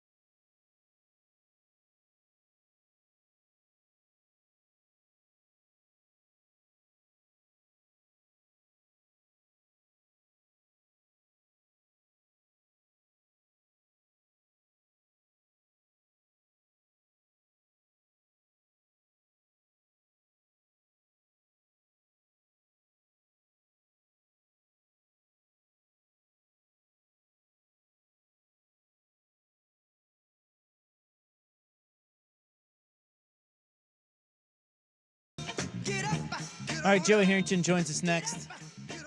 We'll talk sports and stuff because we love sports. I like sports and stuff. But right here, some Tom Brady talk. You know, there's several things floating out there about our friend Tom's Braids, now retired from football. Although, you think we ever see him again? Nah. On the football field? He's done. All right. You sure about that? Oh, you're never 100% sure, but I think he's done. I would bet, I don't know what the odds are, but I would put a good chunk of money down that you never see him on a football field again. At some point, even Tom Brady doesn't want to keep grinding away playing football. Front Office Sports put out a tweet, and they listed the things since retiring from football Tom Brady has done. Mm-hmm. It would be hard to imagine life as Tom Brady, where everything is just so damn easy. Yeah. But he's launched his own clothing brand. Yeah. He has acquired an electric boat racing team. What? Okay. He joined Delta Airlines as a strategic advisor. Did you know that? What? Oh, for God's sake. What does he have? Okay. Delta just... Uh-oh. Schulte's triggered. Yeah, Schulte's triggered. The nepotism here. It's just someone that's in charge of Delta's program really loves Tom Brady and wants to hang out with him. I mean, it's essentially just going to be him starring in their ads, right? He will offer, like, here's how a first-class seat should feel. Dude, like, what the hell does he know? Tom Brady brings to the Delta Airlines what Bill Belichick's 24-year-old girl brings to him. All right? Okay. It's the Which same, is what? It's the same sort of... Status, love, hotness, support, a boatload of money, some technical skills. I don't know. Yeah. Okay. He confirmed his $375 million deal with Fox Sports. I still can't believe that. That's unbelievable. He's true. getting $375 million to be a broadcaster. Never worked a game. By the way, did you hear what he said about that? No. They asked him about that, and he said that he's worried that he's going to be too critical. Really? Yeah. They said, what is your biggest fear going into broadcast booth? And he said, I'm really hard on quarterbacks because that's what I did. And he was hard on himself, I'm sure. He certainly was. Yeah. And he said he's worried that he will come off as too critical. He's trying to learn the ways of softening his... Because it's usually the other way around. Oh, Softening for his sure. criticisms. Yeah. Yeah, it's a lot of guys just are so kid gloves that it's annoying. Yeah, that's a delicate dance for sure. Especially because, Troy Aikman does it really well. Yeah, but Aikman's been so far removed. He hasn't played with anyone. These guys are Tom's contemporaries. Guys that he played with, played against, and I'm sure that's a problem. A couple of these quarterbacks could be his son. Yeah. Yeah, that's true. I mean, CJ Stroud's probably what, 22? 21, 22, something like that? Yeah, Tom's like 45, man. Whoops. He became a Birmingham City FC minority owner. I do remember that. Football. Yeah, he bought into a soccer club. He agreed to buy a stake in the Las Vegas Raiders. He also owns some of the Aces too, right? He acquired a minority stake in the Las Vegas Aces. Yeah, I remember that. And he earned Netflix's largest ever weekly viewing total for a one-off special. Good Lord. This all since Tom Brady retired. It's good to be Tom Brady. Is life just that easy? For him it is. Oh, and he broke up Giselle and the jiu-jitsu guy. Yeah. So inadvertently. Does it make anyone else feel better that Giselle was sleeping around on Tom? At least there's something, right? Makes him like the rest of us. I guess. At least his supermodel wife just stooped some random, jiu-jitsu instructor, and he lost to Eli Manning. Outside of that, it's the only thing if you want to hate on Tom Brady, he lost to Eli Manning, Nick Foles, and his supermodel wife, slept with a jiu-jitsu instructor. Well, and I think if you really want to get under his skin, you would make fun of him about his hair. Oh, it's because that guy thinks about his hair an inordinate amount of time. Well, think about the money he spent on the restoration. Well, that's what I'm saying. Yeah, he is so obsessed with his bad hairline. It's his kryptonite. Yeah. Same dude that rocked a buzz cut for like 3 seasons. Well, again, you have to. I think when you do the hair transplant, you gotta take it a little short. Yeah. You gotta wait for it to. Yeah. You gotta wait for it to grow back. It's made a monster comeback. It looks good now. Yeah, it looks great. He just had to go through some. He had to go through an awkward phase there, because I was like in the early days. Hey, it's come a long way, but yeah, he was getting those old school hair plugs. Yeah, good for Tom Brady. And yes, I guarantee that bothers him immensely. Like it would be hilarious if on the roast if someone made fun of Tom's implants. They never did that, did they? My guess is that may be one of those where Tom was like, "Do you say what you want? You don't talk about my hair plugs." Like guys are weird about that. Like McConaughey, he denies it. McConaughey has hair plugs. He's got hair plugs, and he talks about it, and he denies it too. And you're like, Matthew, like we've seen the photos, buddy. Just admit it. You didn't magically get your hairline back. I don't know what it is about that specifically. Male celebrities are weird about two things: steroid use and hair transplants. They will not own up to either one. Like when they ask like The Rock, who is literally on every steroid known to man and several others that aren't known to man. What are you talking about? That's just like 70 pounds of protein each day, Sook. The Rock's like, no, I tried. They just I tried steroids once, like 17 years ago, and this is all. John Cena, all those guys, Chris Hemsworth, all those dudes that do movies. They gate like the Jack Reacher guy. You put on like 90 pounds of muscle. I ate a lot of chicken.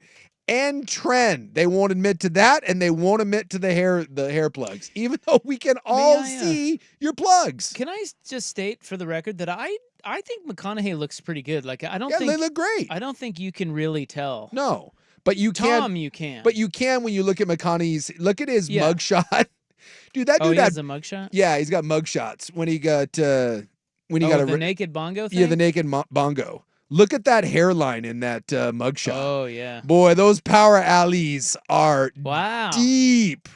Yeah, they are. And now... But he looks good. Yeah, Did a good job with it. When you ask him about, like in his book, he talks about it. He claims that he found like an eating program. He's like, I started eating better and taking like better care of myself, and my hair just regrew. And you're like, really? That's all it is?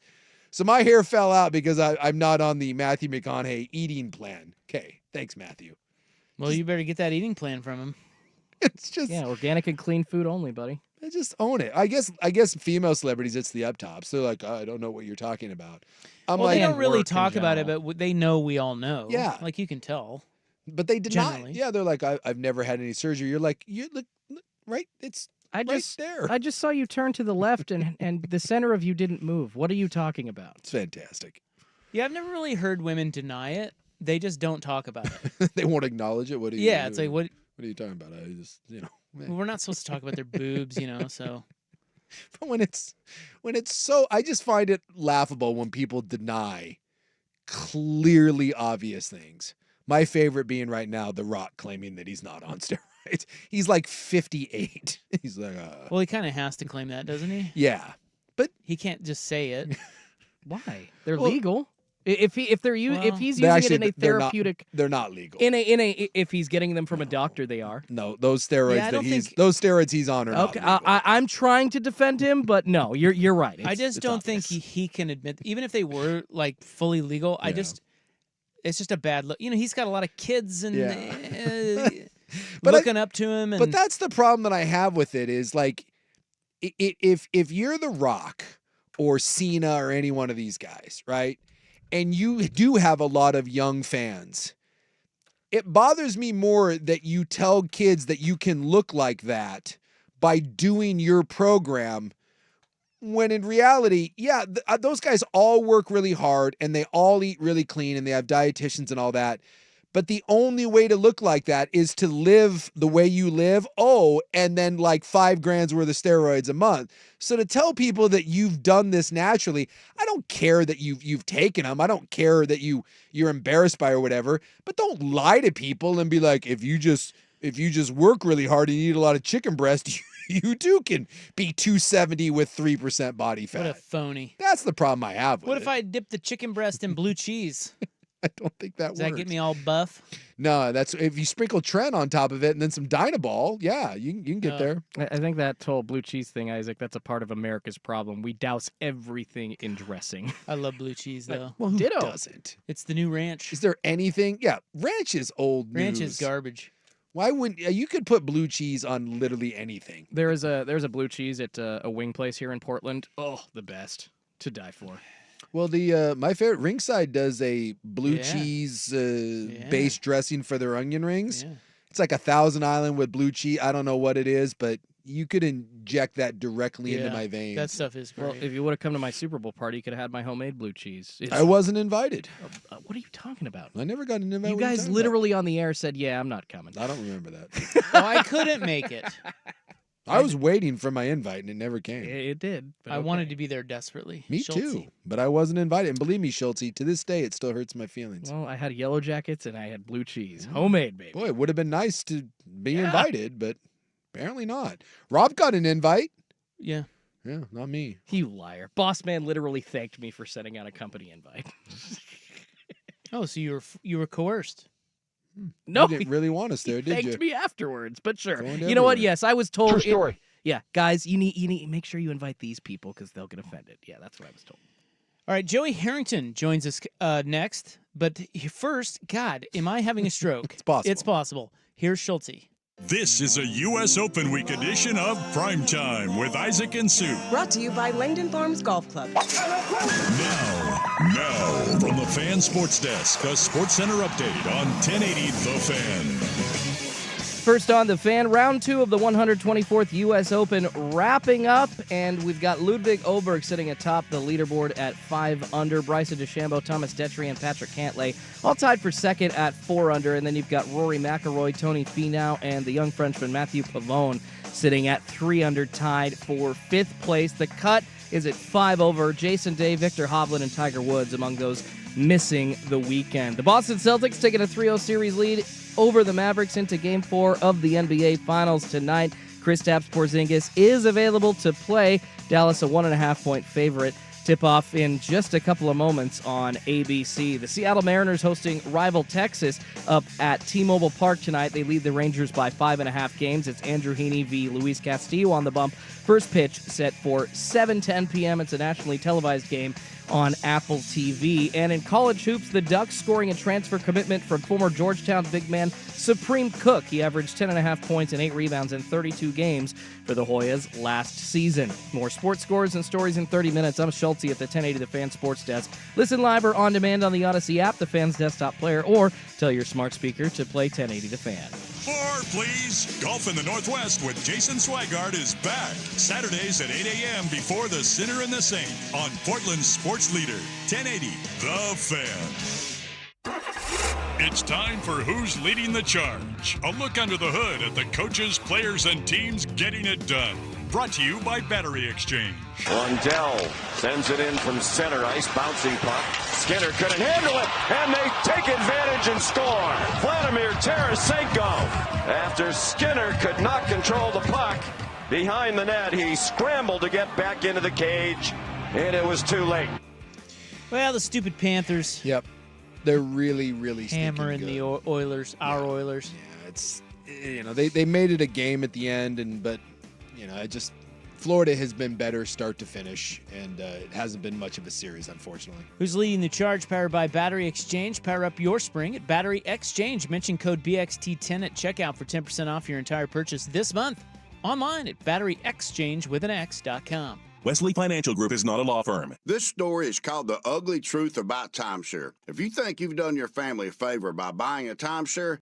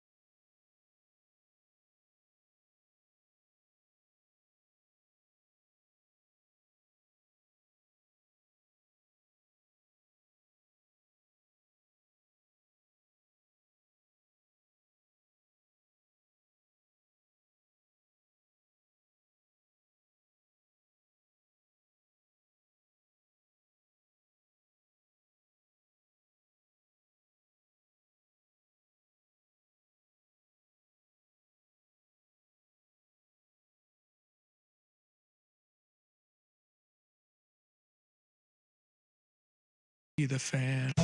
All right, it's time for story time with Joey Harrington. Our friend is coming to us live today from a very exciting place, I'm told. I've always wanted to go, but, I haven't gotten the invite yet. I believe he is at the 28th Avenue storage unit. Yeah, that's big time.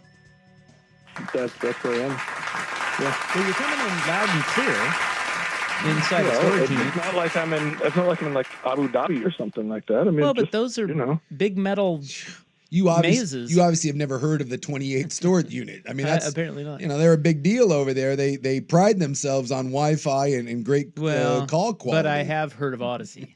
That's true. Where do you think I am? In like a giant storage pod or something like that? Like locked in a No. Like I picture I'm those just like a. Go ahead. No, like those big. Like they're everywhere. Those big storage, those big metal, like a shipping container sort of thing. No, that's what I was trying to say. It's not like one of those pods that gets dumped in front of the house. It's like a big old building you have a storage lot. Yes, like public storage. And I would imagine listen, ready, watch. Yeah, I know that the sound. sound of a quality door. I know that sound. That's the door, right? Yeah, but I just got feel like a storage unit, and that's where we keep a lot of our foundation. Okay, stuff. I have a storage unit myself. Look at you! Exactly. Oh, look at that flex. And I tell you what, let's talk about this. I hate having a storage unit because it started at $79 a month. Now it's $106 a month, and I'm pissed off about it. I feel inadequate right now. I'm the only one that doesn't have a storage unit. I don't have enough stuff to maybe store. You should get more stuff to store. I know. Well, I'm a kind of I'm a minimalist. I don't like stuff. I go lean and mean. I go through at least 4 to 5 cleansings a year. Stuff's got to go. So that made me think of like a colonoscopy. Yes, you got to get up in there and clean some stuff out. If you've got 4 to 5 cleansings. If you've got stuff that in your wardrobe that you haven't worn in 6 to 8 months, get rid of it. If you've got something sitting in the garage or the storage unit, and you 6 to 8 months, that's the difference from like summer to late winter. Yeah, but if there's a winter coat and you look at that thing, you're like, I didn't wear that once last winter. You're not wearing it this winter. Get rid of it. If you've got something in your garage and every time you go out there, you're like, oh, I forgot I had that. Get rid of it. Clearly, it's not important to you. We hold on to more crap, and then when we die, someone has to go through there and get rid of all of it. It's just move on from it. Yeet it. What are you doing there? I am packing up for Bandon. For Bandon Dunes? Bandon Dunes, the 12th annual Battle at Bandon. Not the Pac-12 Battle at Bandon, because we're not allowed to use the name, image, or likeness of the conference. But the Battle at Bandon is next Friday. So, part of what I do for, if the tournament, you have to do gifts and all the fun stuff. And I'm packing up all the shoes. Every year I do a different shoe from Nike and for all the guys that come. And so I'm just kind of packing away. Well, I've said before that's one of the better golf tournaments I've ever played in. What you used to do is you used to have 2 former athletes from each Pac-12 university come in, and then 2 other guys I think would donate and pay to play with them, and those would be your foursomes, and then you would rank, how you did over the weekend would be ranked by school. Really cool idea. Are you saying you don't do it that way anymore, or you can't do it that way anymore, and what are you doing now? Oh, I still do it that way. We just can't call it the Pac-12. Okay. That was the tournament is the same thing. And frankly, it's you were, if I remember correctly, you were on Team UCLA the one year you played, right? That's right. Yep. Were you there with Farmer and Ogden, or were you there the Jason Capono year? It was Farmer, who is a riot, and Jason Capono, my close personal friend Jason Capono. And we had such a blast. Yeah, we didn't win though. Oh, no. Actually, you know what? UCLA was always the bridesmaid, never the bride, until last year when Danny Farmer and company actually pulled through after 11 years. My Bruins finally coming through. Your Bruins, yep. Exactly. We laid the groundwork back in 2012. They stood on the shoulders of giants. So wait, who are all the celebs and ex-athletes that are coming this year? Let's see. So like you said, there's 24 athletes and 24 amateurs. Some of the guys come. Justin Herbert's my partner this year. Sean Mannion always comes from Oregon State. Ryan Leaf from Washington State. Steve Smith and Kevin Dyson from Utah. Cool. Mason Crosby from Colorado. Matt Barkley is coming from USC. Danny Farmer and Jonathan Ogden from UCLA.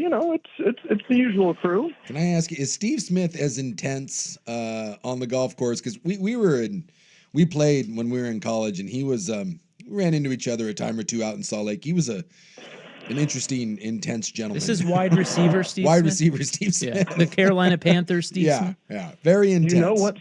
You know what's so funny? Steve Smith is the nicest, most polite, most respectful. He came the very first year he came to the tournament. He couldn't come the next year. Something I think had something with his family, and he couldn't come. He's probably come 4 or 5 years now. The year that he didn't come, I had more people at Bandon Dunes ask where Steve Smith was. And I was like, why? He said, well, he was just the nicest person, and I just wanted to say hi. I was like, I'm really sorry, he's not here this year. Oh man, that's so.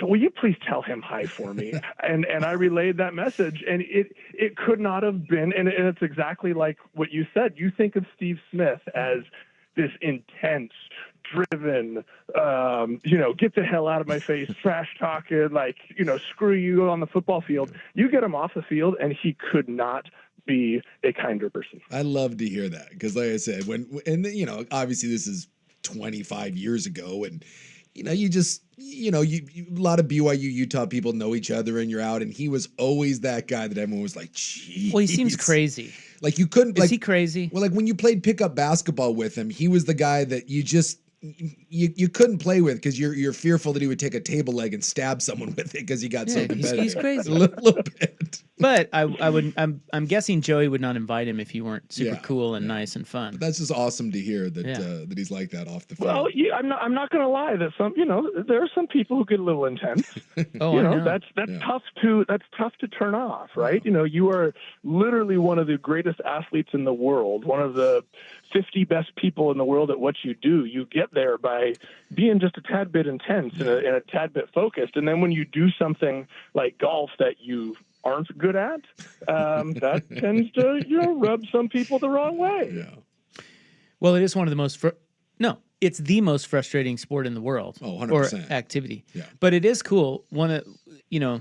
Playing in golf events over the years with athletes. I once played golf with Bo Jackson. I just hold on, you got to pick up that name. I thought you just dropped. Thought right I'd there. mention my fell out of your pocket. Close personal friend Bo and I played together, and out at Battle at Bandon, and all these guys you play with. It's super cool because they love golf and they have fun, and it's usually a charity event, and everything is great and having a good time. But when you get down in it, these dudes, it's another level of competitiveness that normal schmucks like me don't have. Yeah. And it's really fun to watch. Yeah. Even though they're laughing and joking and having fun, it's intense. I'm not gonna lie. We came close to a on-course fist fight in one of our first few years. Between whom? I don't know. Is it calling people out to No, I don't think it was a long time ago. They know what they did. Yeah, it was probably Entman. Entman was there when I was there, and he was intense. Yeah, I can see that. Was Chris Chandler there when you were there? No, I don't remember him. Yeah. Chris that's a really good golfer. He's what now? And when he plays, he's a really good. I think he won the Tahoe event. Yeah, he is good. A couple of times. He's really good. And when you get guys who are just out there just playing around and having some fun, and you walk over to the green and your ball is in the weeds, and you bend down to pick it up and look at it to make sure it's yours, and then you just set it back down, and maybe it didn't go into the exact spot that it was previously. And maybe somebody, maybe somebody called another person out about it, and maybe that other person didn't take too kindly to being called out. Awesome. Who called him out? No, it was Chandler who called him out. Chandler called who? Wait. Chandler called someone out. But who's the someone? Yeah. Rhymes I don't know with?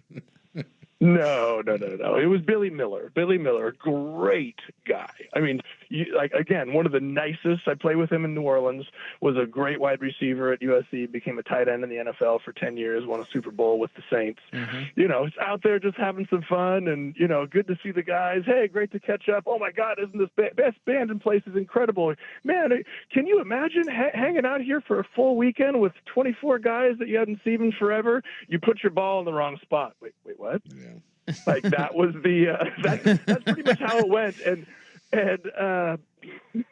Billy, it was Billy let him know that can it. Yeah. We had that. I played in an event once with Greg Lloyd, the old Pittsburgh Steelers linebacker, who just was a terrifying human being, and like 3 different black belts, and still looked like he could play. And was super religious. So he was singing like gospel hymns and really liked Jesus. And 2 of the guys that we were with, they weren't very Jesus-like. And Greg let it be known that they should probably stop because it was bothering him. Some of the things that they were saying. And they kind of kept at it a little bit. And Greg let them know that that's the end of it. Otherwise, repercussions were going to happen. And I was like, oh my God. I'm about to watch Greg Lloyd murder 2 like drunken people that paid to be here. I thought of Dave Chappelle. Is Wayne Brady gonna have to do? Yes. And if anyone doesn't know, Greg, just look up Greg Lloyd, Pittsburgh Steelers, and then realize that there were 2 drunken men that were taunting him with just poking the bear about him being religious and all that. And I was like, we're about to see a crime. I'm going to testify. Yeah, those guys, man. I remember we had him on the show, and I peed a little. Yeah, it was. He's scary. You said you peed a little bit. Yeah, he's scary. Yeah. He's just an intense dude. Yeah. Football guys are different. Yeah. Okay, except for, and then here's a good. So I can't remember the Payless Celebrity Golf Tournament here in Portland. Yeah. So Jerome Bettis. It was right after he. We finished at Notre Dame, was going to the NFL, came out to meet with Nike, played in the Payless. I was one of the standard bearers, the caddies, and I was a diehard Notre Dame fan. Like, I grew up Irish Catholic. I had a picture of the Snow Bowl over my bed, and I was like, oh my God, I got Jerome Bettis. And so we spent 18 holes. I'm carrying the scoreboard and driving the cart for him, and we get to the end, and he gave me a Snickers bar. I was like, oh man, thanks so much. That's really cool. And we get back to, kind of the caddy room, and everybody was like, oh man, Clyde Drexler tipped me $40. Oh man. Jerome Kersey gave me 50. Oh, no way. I got 25 from so-and-so. And I was like, Jerome Bettis gave me a Snickers. Oh my God. And so his last game in the NFL, or his last regular season game, at Pittsburgh, we played him with the Lions, and everybody is going up afterwards and congratulating him. Great career boss, oh so great. And I said, do you remember the Payless Celebrity Golf Tournament? He said, the one in Portland? I was like, yeah. Do you remember who your standard bearer or your caddy was that day? He's like, no. I said, it was me. He's like, no way. Did I treat you well? I was like, you treated me great, but you stiffed me with the tip. So. What did he say? He laughed. Yeah. He's like, here's $100. He owes me one. That's fine. He really is a nice guy. He's a great dude. He used to come out to the old Caddies for Cure stuff, and I never got to golf them, but I got to bowl with him one year at that. And first off, he's a great bowler. He's got custom Nike bowling shoes, a custom ball, and could not have been a more jovial, nice guy. Yeah, he's tailor-made for events like stuff that. Like that. Oh, he's perfect. Phenomenal person, as long as you don't have to tip anybody. Yeah, no kidding. God. I love that he stiffed you with a Snickers bar. Here you go, kid. It's like the Mean Joe Green commercial. Exactly. But he was so young, he didn't know any better, So how old were you? God, okay, well, he would have just finished his sophomore year at Notre Dame, which would have been like 93. Yeah, probably. So maybe I was like 92, so I'd have been like 13, 14. All right. Did you ever have any, did Notre Dame ever recruit you? I got one letter from him. Yep. framed it, put it over my bed. And you wanted more. Never heard what from do you him mean? again. One letter and they never even followed up? No, never. Yeah. I had those from like I got like a letter from Nebraska. Why do they do that? They just, hey, just want to let you know we're thinking about you. We don't really want you, but. Well, back then too, national recruiting wasn't anywhere near what it is now. That's true. Yeah, it was way more regional. But they could have got telegrams. Yeah, carrier pigeons. It was tough to take the big giant silver reels of your tape and then strap it to the back of a pigeon and get it to South Bend. Well, you came down to Stanford and Oregon, right? And so if Notre Dame was more aggressive, is it possible? And by more aggressive, you mean like wanted you actually like having a physical conversation with me? Well, okay, but wait a minute. Who was our quarterback when you played at Oregon? And were they good? They took the year that our recruiting class. They took a guy named Zach Kustok. Okay. Who ended up transferring to Northwestern. Well, Oregon State beat them in that Fiesta. Was it the Fiesta Bowl? Yeah. Oregon it was State? the Fiesta Bowl, yep. Yeah. Yep. I was trying to think who their quarterback was. We can look it up. Should have been Joey Harrington. Well, but like Joey very well could have been. Joey will talk about this too. Like when we were getting recruited, like there were no star rankings. There was like one magazine. It was like Super Prep. Yeah. Like I got named like a Super Prep all West, whatever it was thing. There was no stars. We had like the Tacoma News Tribune did like, you remember that? Right. Like, yeah, they had like a Northwest Nugget thing where they picked like the 15 best Nuggets. I love the 15 best players from like Oregon, Washington, and Idaho combined. And if you got that, you were like, oh, it was like you're in like Flynn. Yeah, oh, yeah, it was like a big deal. But like that was like the recruiting thing. It just wasn't a thing. It was like you got like a weird form letter from some schools across the country. And you're like, what? Like, we've been informed that you are a potential student athlete caliber player. Would you fill out this this questionnaire and return it to us? 100%. And yeah, that's exactly what it was. And I framed that and put it over my bed right next to the picture of Jerome Bettis and Rick Meyer and Reggie Brooks, the arguably the greatest backfield in the history of college football. Hey, I have Duck Championship trivia for you next. Are you ready? Yes, I will be. Okay. Live from the 28th Avenue storage unit, which I think is public storage, although I don't know. Yeah, we don't know. We'll look that up. And by the way, it's Joey Harrington. Jarius Jackson, who I played with in Denver. Oh, is that the quarterback? Was the Joey Harrington of Notre Dame football. Yeah, see, they would have done better to recruit Joey. I agree. Alas, the Ducks got their man. All right, we have Duck Championship trivia with Joey Harrington next on The Fan. It's time for a Ducks Report, the inside story on Oregon athletics. Brought to you by Mods PDX. The future of building is here. Well, N'Faly Dante is out at Oregon. His appeal denied. So the new big man, just a couple of days later, Dana Altman replaces N'Faly Dante with Georgetown's Supreme Cook. I love that name. Not to be confused with Mookie Cook.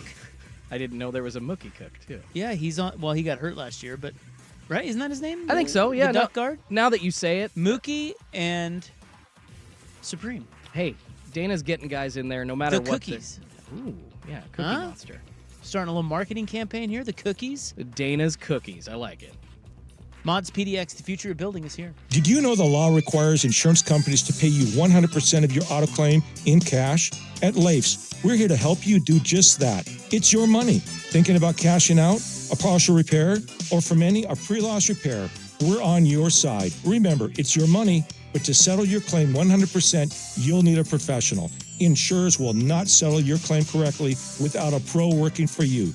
Custom services, deduct assist, loaners, pickup and delivery. Leif's, we're always on your side. Rob here. You know, the wife and I have done some major remodeling over the last 5 years, and we've never better understood the importance of windows. If you need to upgrade your windows, now is the time to do it. Window Nation's semi-annual sale is offering 50% off all windows and 0 interest for 5 years.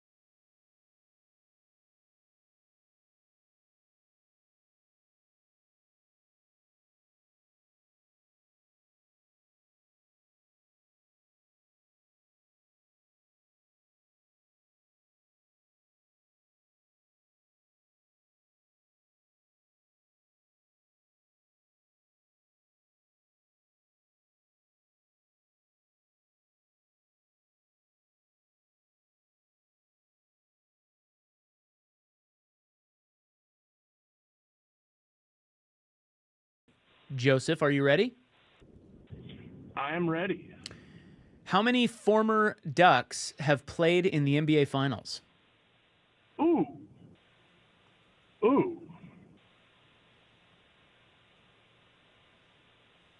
Well, Freddie. No. Freddie didn't. They lost to the Pistons. They lost in the Eastern Conference semis that year. That's right. Luke Jackson was with the Cavs that year. Not in the finals. But he. Now, okay. Are we talking about on roster or step foot on the court? No, you have to step foot on the court because I will give you one of them. Chris Boucher won a title with Toronto, but he never played. So technically, he is one of them. Because but I am 99% sure that Luke Jackson has a championship. No, he doesn't. Excuse me. He was on the finals. He was in the finals with Cleveland on the roster, but I think it was having back issues. Okay. Yeah. The cat from Golden State. Yeah, Jordan Bell. Yep, Jordan Bell. Yep. He played in 2 finals. Peyton Pritchard, and there are 2 more. Well, the Terrell Brandon never made it to the finals. No. I'll give you one of them. I've never heard of him. Maybe you have. Greg Ballard. Oh God, I should have known that. I wasn't getting that. And then the last one is Go ahead. Is it Ronnie Lee? No, good guess. The last one is a. Now this is a name that.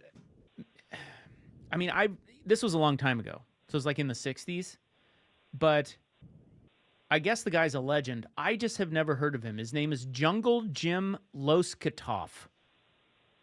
You ever heard of him? Jungle Jim. Yeah, they called him Jungle Jim, and he won 7 titles with he was with Bill Russell. He was on the Celtics. Teams? Yeah, he was a Duck. Dude, I've never heard of him. I've never heard of him either, and I guess he was damn good. He wasn't just a role guy on that team. So we learn something new every day. How many former Ducks have won multiple titles in their pro sport, and how many can you name?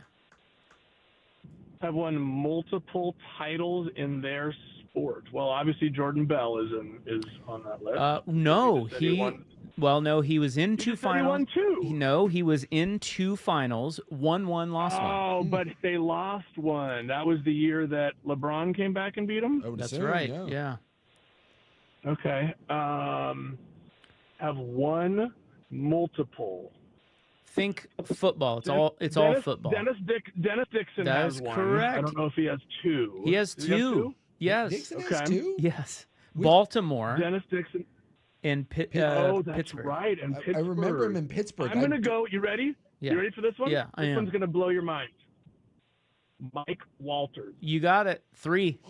Linebacker Mike Walters has 3 championships. That's really good. That's a good pull there. That is. Well, okay. Yeah. Loskatov has 7, so that's the most. There are. Okay. So you got Walters. We have Dixon. There are 1, 2, 3. There are 5 more, and 4 of them won 3 Super Bowls. 4 of them won 3 Super Bowls. Good gravy. I know. More than you think, huh? Yeah, I wouldn't. Well, it's not Ahmad. Nope. He never won 1. No. Did Zimmerman? Zimmerman. Nope. He only won. Incorrect. He had to have won 1. This with Denver, is multiple titles in their pro sport. This Gary isn't in there? No. Well, I would have thought that he was part of both of those Broncos. I did too. The next question would be, and we'll come back to this, but best former Duck to win at least 1 title. Gary Zimmerman would be on that list. Well, yeah, he's a Hall of Fame. Exactly. Haloti Ngata. Yeah. Wilcox was a Hall of Famer. Bill Musgrave. Okay, so I'll give you a hint. Patriots. Oh, LeGarrette Blount. LeGarrette Blount's one of them. Another key. Chung? Yep. What about Patrick Chung? Yep. There's 2. Chunger. Yep. That's right. Yeah. And then we got a famous Dallas Cowboy. Old school. 2 titles. 4. Claxton Welch? No. The great Mel Renfro. Oh. Come on. Oh, God. You should know that. Dumb. And then I should have Jefferson High School. I got to know that. Come on. And then 2 more. I didn't know this, but in my research, again, learning something new. Kenyon Barner has 3. And what does he? He really? does. Yes. Who was he with? He was with Philly. I think he was a returner for Philly. 'Cause I remember him in Carolina. But they never won one. All right, hold on. No, I didn't he write was down. He was on the Philly team with Nick Foles. Oh, okay, yeah. Okay, so he won with Philly, he won with New England, and he won with Tampa Bay. He got 3 rings with 3 different teams. Tampa. Yeah, I didn't New England. I don't remember him in New England, nor do I remember him in Tampa. Come on. I remember him with the Eagles. I vaguely remember him in Panthers. Tampa. Derek Lavelle is the other one who won 3. 49ers. Yep. And actually, I just pulled up the list. He won 1 with San Francisco. He won 2 with Denver. Who?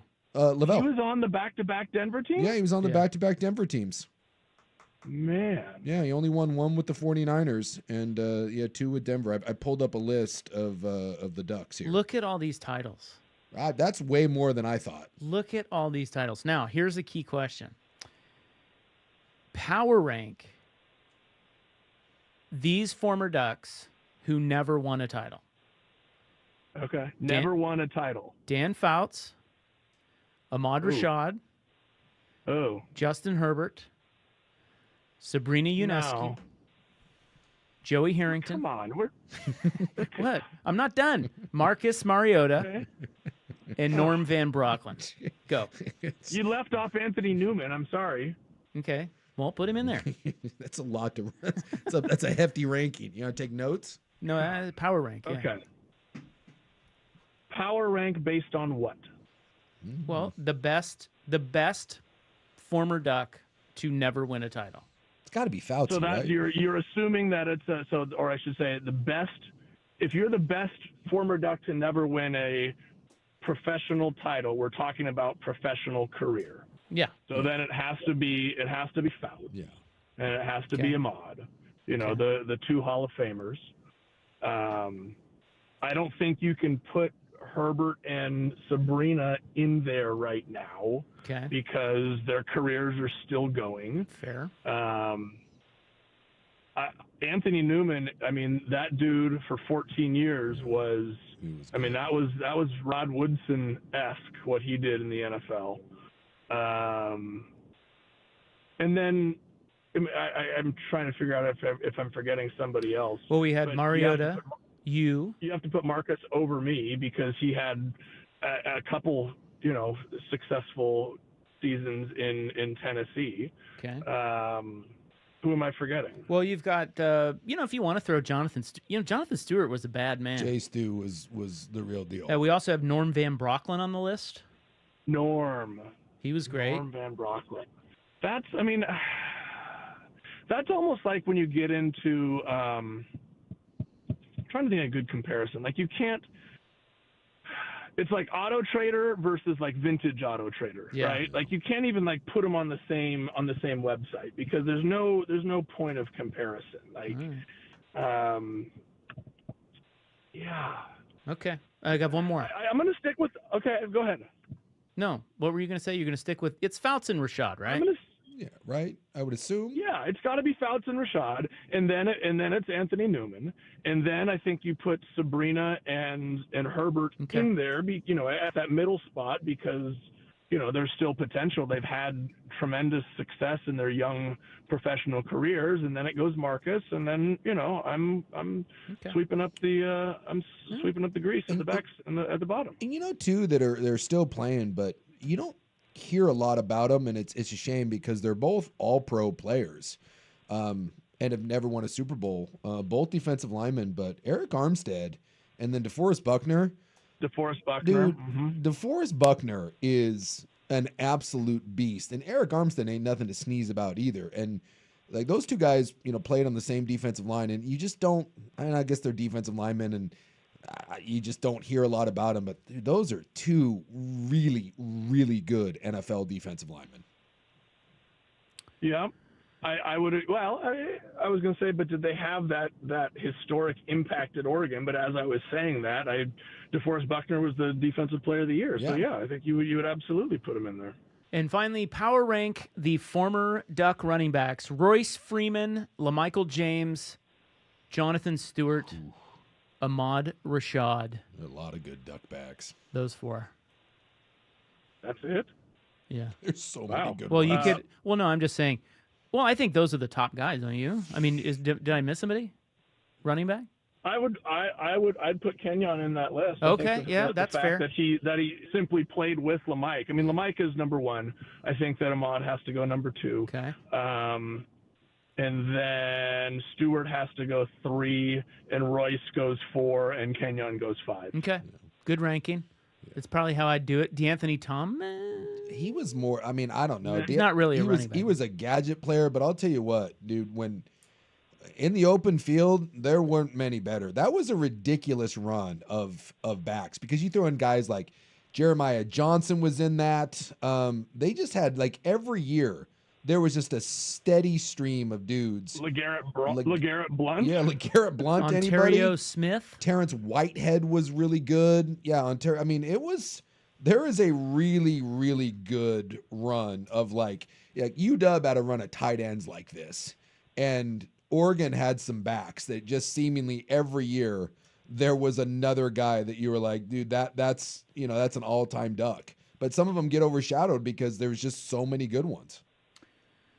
All right. Yeah, Kenyon is probably I won't say my favorite, but I have so much respect for that guy to sit and split time for 3 years behind LaMike, and then wait for your time, and then absolutely go rip it up.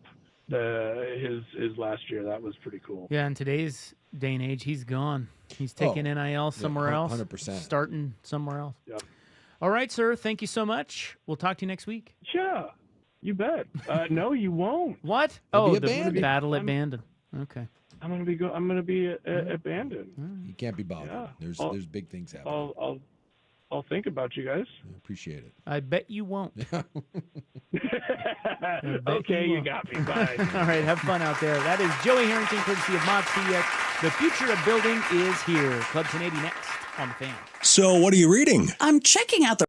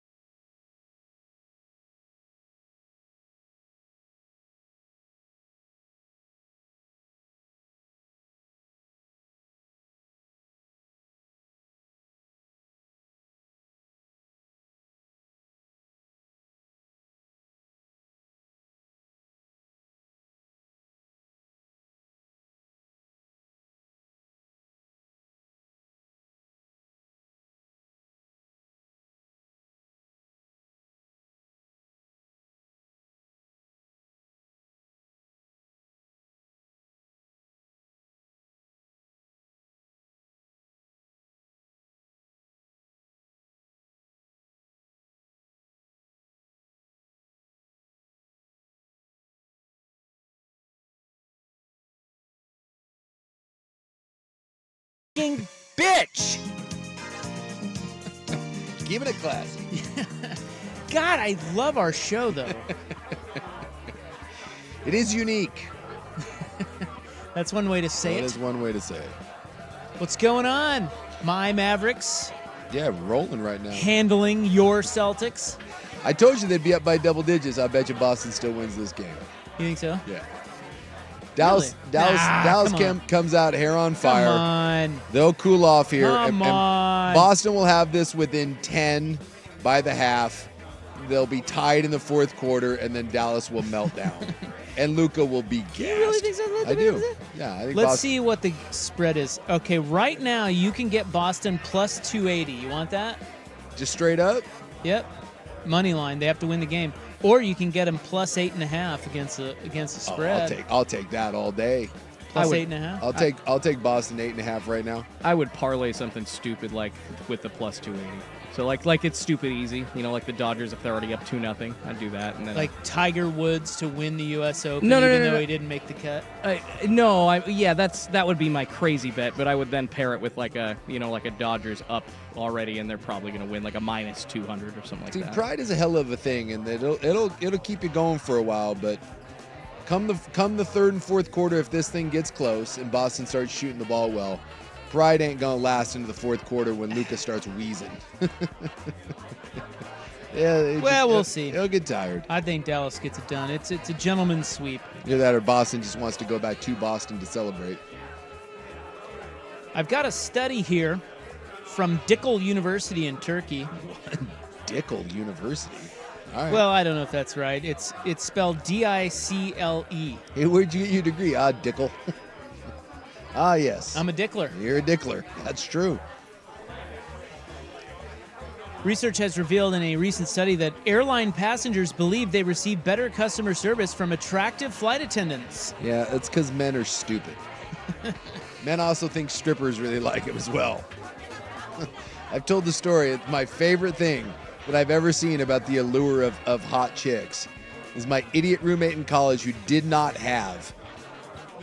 We had no money whatsoever, and he had a girlfriend, and he went into Victoria's Secret to buy her a gift, and he had like $40 to spend. It was like Valentine's Day. He's like, dude, I was like, you have $40? He's like, it's all I got, but he's like, I'm gonna spend it on her. The hot chick, and she was hot, convinced my idiot roommate to take out a Victoria's Secret's credit card, sign up for it on the spot, and spend like $200 that he did not have. What? All because the girl behind the counter was hot. That's diabolical. I was like, what are you doing? He's like, I don't know. Come on, man. It happens all the time. Did he get the girl? No, he had a girl. Well, I'm just saying. The answer to that question is no. She played him like a fiddle. Oh my! I bet they love doing that. And they all do it, which is why I said, you think you get better service? No, I don't want the attractive one. Give me the Uggo. The Uggo is the one that's actually going to give you service, because the hot chick knows that all she has to do is hot. It's just like, what do you do? I don't know. I'm just hot. And you ever see a drink cart girl? The hotter they are, the worse they are. They could pour the worst cocktail. You could ask for a vodka soda, and she could pour you a rum and coke. You'd be like, that's okay, sweetheart. Here's Thanks. 20. Yeah, you know what? That'll be $11.50. Here's 20. You just go ahead and keep the change. It's fine. But I'll tell you what, you get an Uggo out there, and she doesn't pour what you want. You're like, listen here, big girl. I'm going to need my drink, and I'm going to need it now. And that girl knows it, so she's going to pour you the real drink. Head coach? God. Not the hot one. What? All I need for my drink cart person, I won't even say girl anymore because I once saw a guy driving the drink cart. Did you really? Yeah. Never seen it. Where and when? Yeah, it was several years ago. I was playing golf with Luke Anderson at Skamania because they were a client. Yeah. Or he used to work out there. Yeah, he used to work out there. They had a dude drink cart guy. Was it just drink cart dude? No.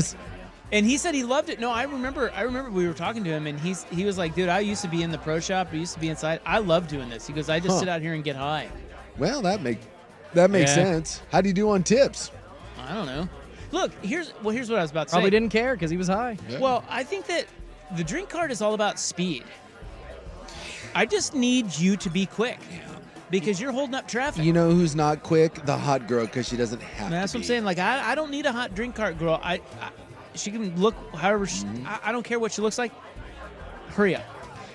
Okay, Hurry but up. all I'm saying is if you get a drink cart girl that's quick and fast, and I get That's one what I that want. and I get one that's hot, the hot girl's making more money.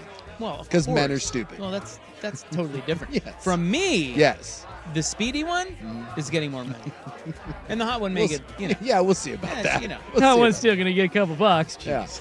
Merry Christmas, bitch. Okay, I'll tell you more about this study next, but we're way over. Thanks to Joey. I blame Joey. Freaking Joey. 623 on the Fan. The home of Dirt and Spray. I'm Dirt. He's Veruca Salt, man.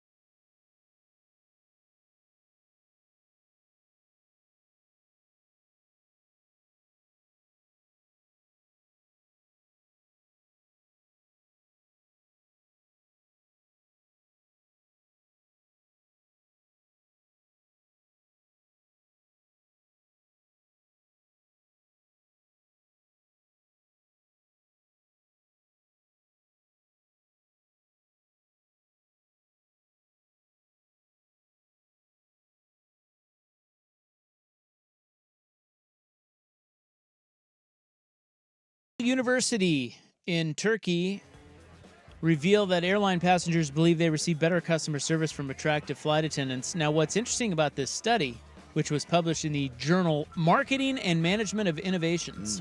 I read it all the time.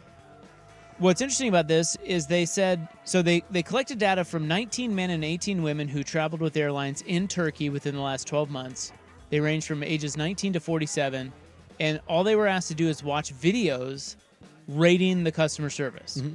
Okay. So, obviously, the flight attendants who are easier on the eyes ranked higher than the fatties or whatever, the less appealing workers. Even if the service wasn't the best. But what's interesting about the study is they used a neuromarketing method that measures the level of satisfaction in survey respondents with electroencephalography. Sure. Yeah. EEG is what it's called. Okay. So this says while people were more likely to say they felt more comfortable asking a dashing tenant for assistance because of their friendly face, researchers found the EEG readings did not correlate with their verbal report. Intimidating. Well, I think this. Oh, you read it as they're intimidated? They're intimidated by the hots.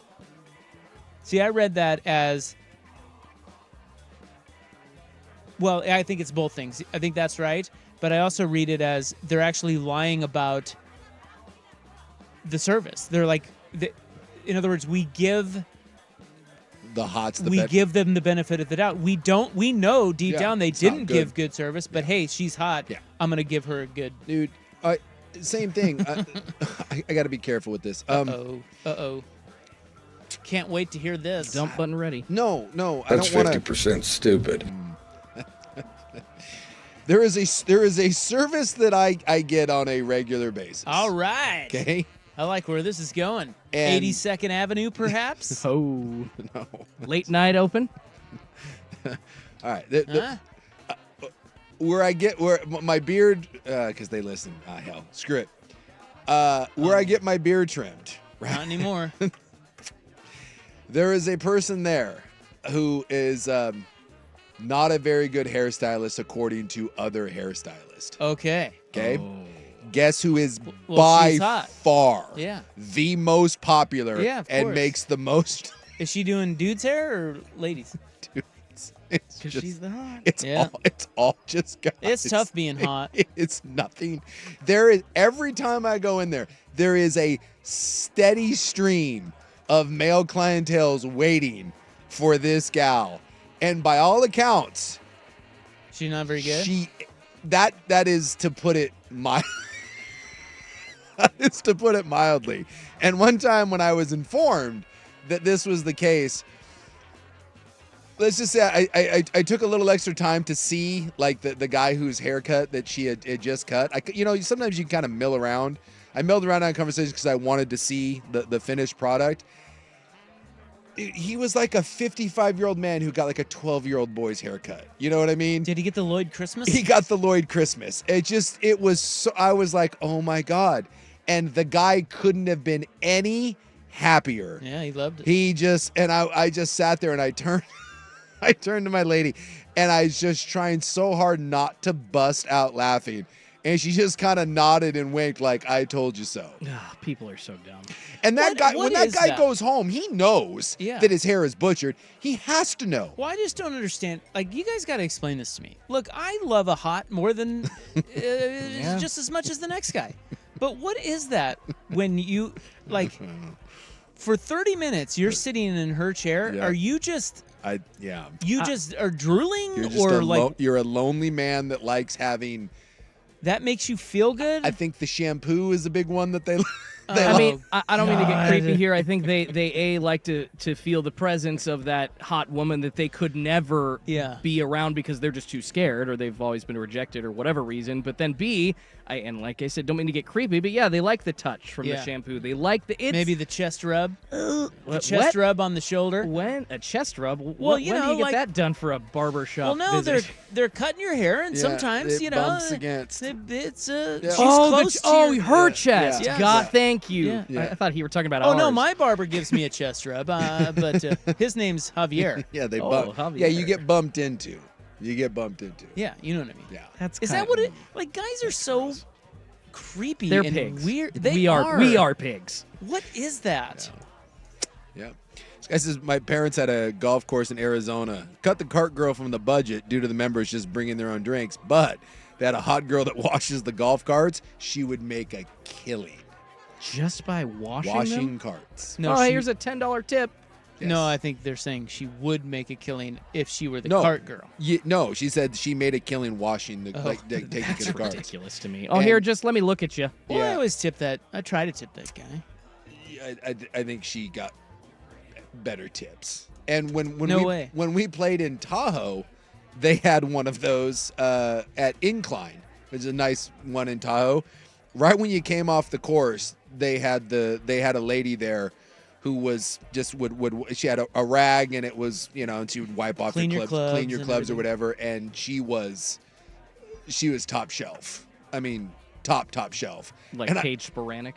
I don't, that's a whole other thing. She was cute, and it was. I just right when we pulled up, I just started laughing, and I thought to myself, how much does she make every single day? Because there's not a house on that course that isn't, $8 million.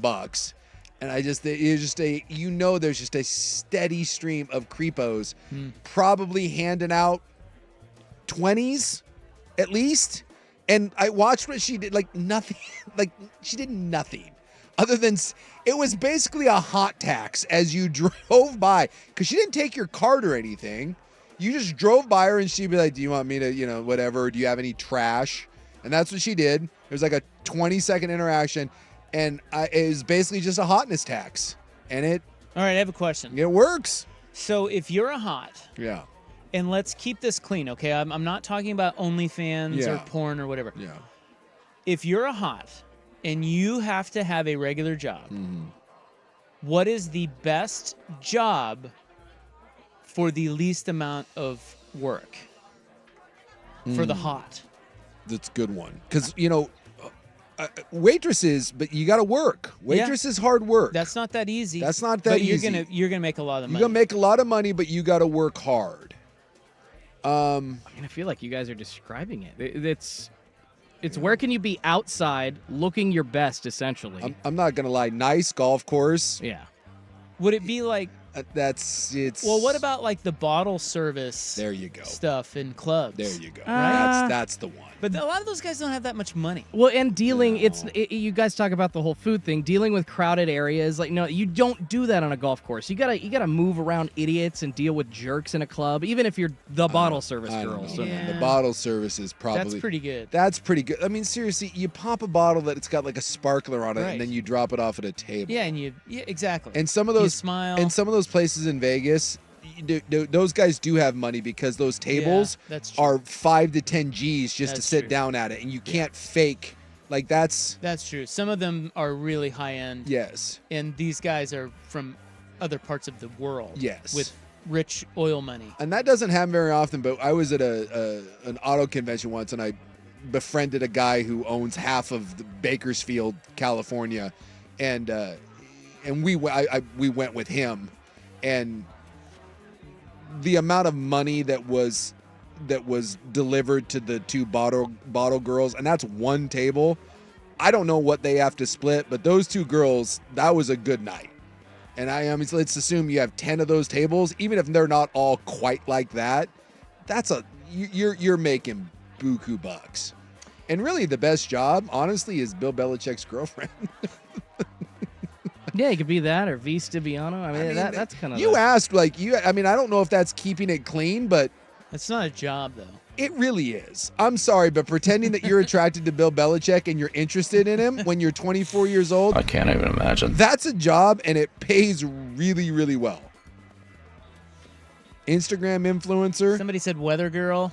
Nah, they don't make any money. No, news people. Yeah, I don't think they make unless that you've been much. in there for a My long buddy's time. daughter, who by the way was worked at a golf course her way through college, and Will's old girlfriend, by the way, she worked at a golf course. Will Ortner. Yeah, and she's now a weather girl up in like the Tri-Cities. Like you don't make that much money. Like, you don't make much. Merry Christmas, bitch. But yeah, she worked her way through school doing that. She was on the volleyball team, and that's what she did. My buddy was like, she's very popular around on the golf course. Well, it's anywhere you get tips, right? It's got to be tips. Yeah. Yeah. And this one, like Instagram influencer, brands will pay you to make little videos. That's true. But you got to hustle on those. Yes, that's not that easy. Those Instagram influencers, as dumb as that is, those gals have to post a lot of crap and like make sure there's engagement. And you got to build up your followers. Yeah, build up the following. Does any hot oh my God. Does every hot have a bunch of followers? Like just random? No, hot? So you got to really work you at gotta hustle getting the a little followers. bit. I actually, as dumb as it is, there is work. It's stupid, pointless work, but those girls do have to hustle because it's hard to carve out.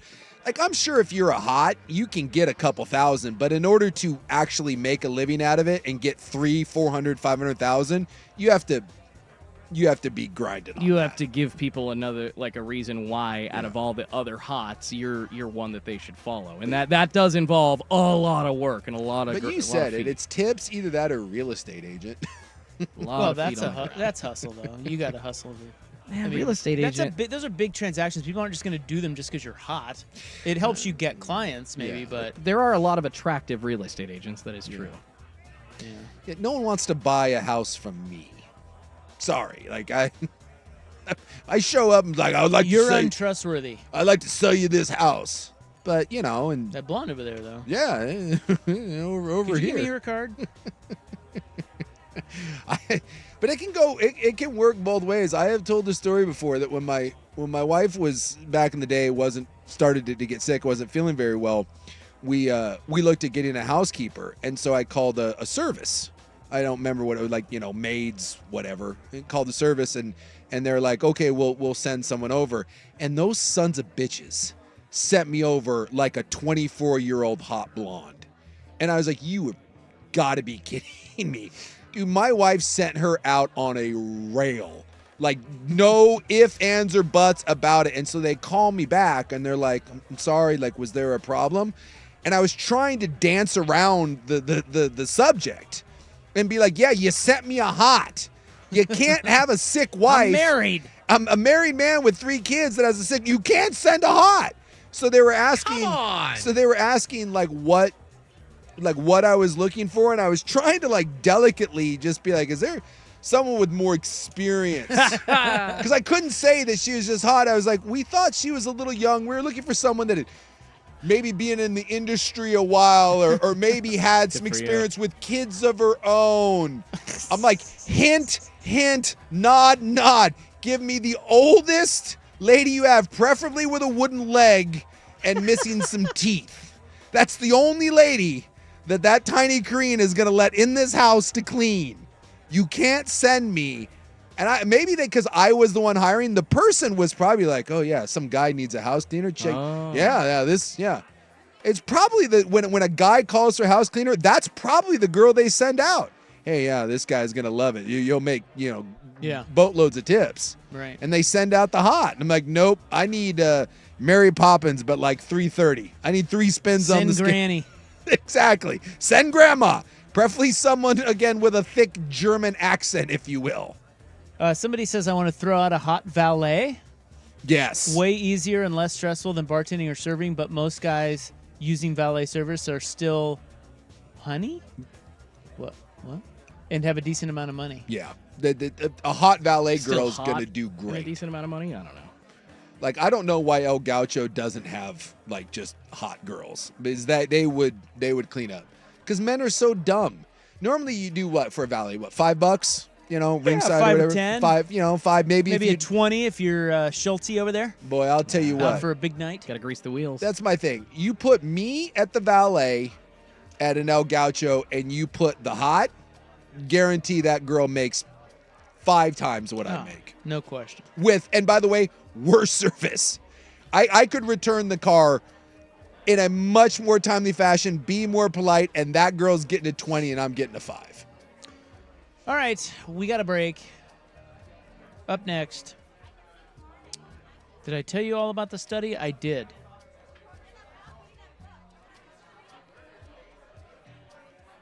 You deep in thought? Well, I can't remember what else I had something else for you.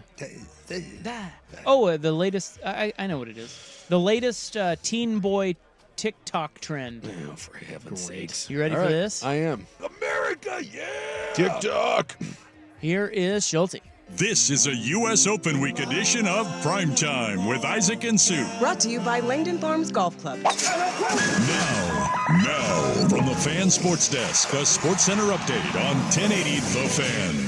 This update brought to you by Vulcan Design and Construction. Check out their award-winning outdoor living designs or schedule your free design consultation at vulcandc.com. First on The Fan, the Boston Celtics are in a pretty big hole for Game 4 of the NBA Finals in Dallas. The Mavericks do lead with just about 90 seconds to go.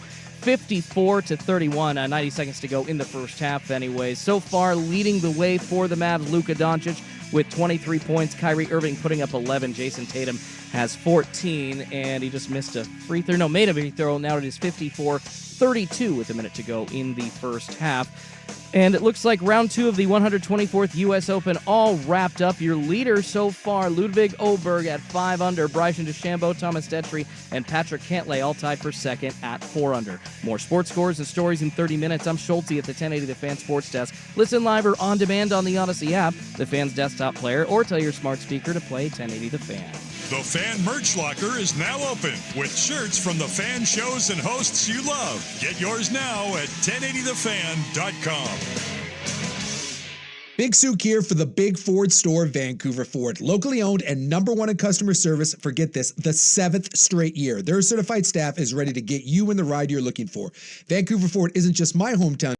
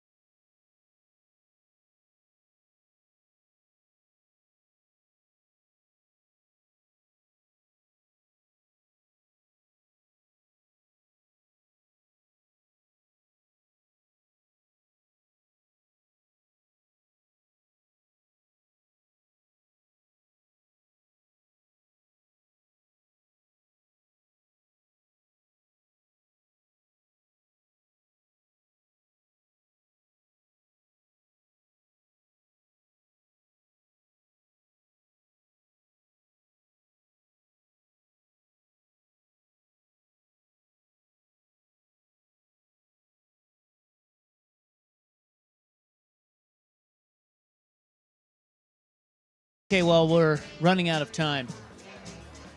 I want to tell you the latest in teen boy TikTok trend. You're up on the teen boys, are you? You're going to love this. There is nothing dumber in this world than TikTok trends. Nothing. But first, I wanted to fill you in. Just at the very end of that flight attendant study story, they were talking about how airlines do try to. I mean, you got to be careful about this, but they want attractiveness or attractive features in their employees because they get better reviews. Yeah. Based on the study. Doesn't every job, I mean, it's studies have shown that if you are male or female and you are more attractive, you get promoted faster. Yeah. But all of those things. I think it's like even a subconscious thing. I feel like if you're a manager and you're interviewing, you're like, oh, I really like that girl. Yeah. And you don't really even think it's because she's more attractive, but that's why. Yeah, just is. So 100%. They were saying in here, they were quoting some flight attendants who were like, do not hit on us during a flight. Whatever, unless... Worst idea. Do not hit on us unless you're super attractive man. Unless you're Tom Brady. Yes. Even then. No, Schultze, No, do stop it. There's a way to do it, even if you're Tom Brady. Just hand him your number at the end of the flight. That's exactly what they said. Okay. That's exactly what they said. That's awesome. They said, we are supposed to be nice. We have to be nice. Yeah. And so a lot of people mistake that for flirting. Sure. And so then it gets awkward because they flirt back. They said, don't do that. They said the best way to pick up a flight attendant is to hand them your number when you're getting off the plane. And be really, really attractive. One of my favorite Saturday Night Live sketches of all time is with Tom Brady. Tom Brady was hosting and they did one of those like corporate training videos, and it was about sexual harassment. And it was with Fred Armisen and Tom Brady.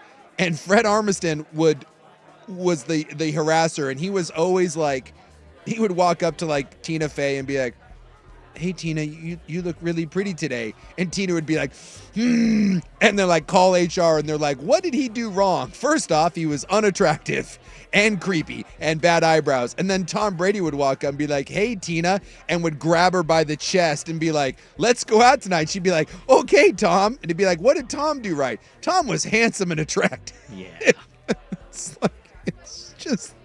It's so sad, but it's true. Best way to pick up a flight attendant, just be really hot and preferably rich. But that's a method that if you just blanket the market, just cast a wide net, hand your number. Just keep handing your number. Yeah.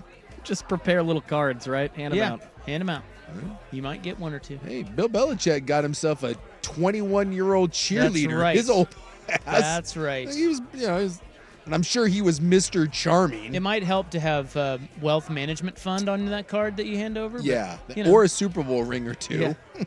Well, I'm just saying for you. Yeah.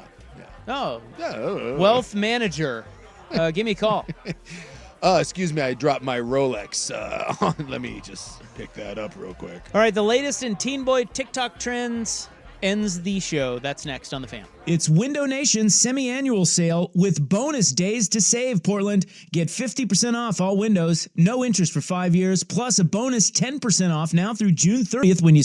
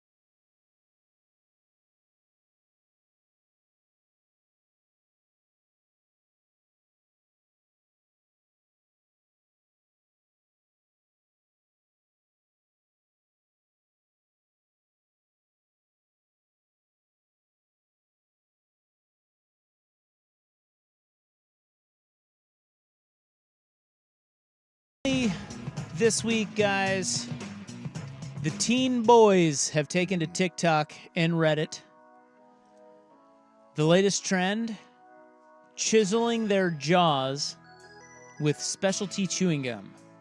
Oh, okay. Have you heard of this stuff? No, but I've seen people where there's a product where you can chew on a rubber ball. Like a jaw workout? It's like exercises. Yeah, it's like a jaw workout. Facial fitness routines. Until it goes down your throat and you die. Wait, so we can get that sexy, it's like that cut face that women love? Just exercising your jaw. Think Tom Brady. Yeah. All you gotta do is chew mastic gum. The tongue is the strongest muscle in the body. That's what they call it, mastic gum. Right. It's sold by Rockjaw, Stronger Gum, and Jawliner. And they promise a chiseled jawline. God. Supposedly building jaw muscles to improve the definition in the face. Can't wait to get myself some rock jaw. Apparently it's super expensive, but kids... They don't care. Yeah, they're asking their parents for it. Mom and dad. Mom, I need some rock jaw. Yeah, that sounds like a disease. Like lockjaw. Like something wrong with you. I got rockjaw. Dang it! Rockjaw recommends chewing 1 to 2 crystals, which are made from tough plant resin, for 30 minutes for an hour and a half per day. Recommending hour and a half a day? Yeah. Recommending even chewing on both sides of the mouth and ample breaks. Whoever invented this is a genius, just for the fact that they have made a ton of money. You market anything to someone to tell you that you're going to be more handsome and look like Tom Brady. That's right. There you go. All right, everybody have a great weekend. Happy Father's Day to all you dads. Gotta go get me some rock jaw later on. Yeah, you do. I can't see it under my beard anyway, so. That means something different in my house. Happy Father's Day. Hey-o. We'll be back Monday, 3 to 7 on The Fan. Good night. Red ships of space.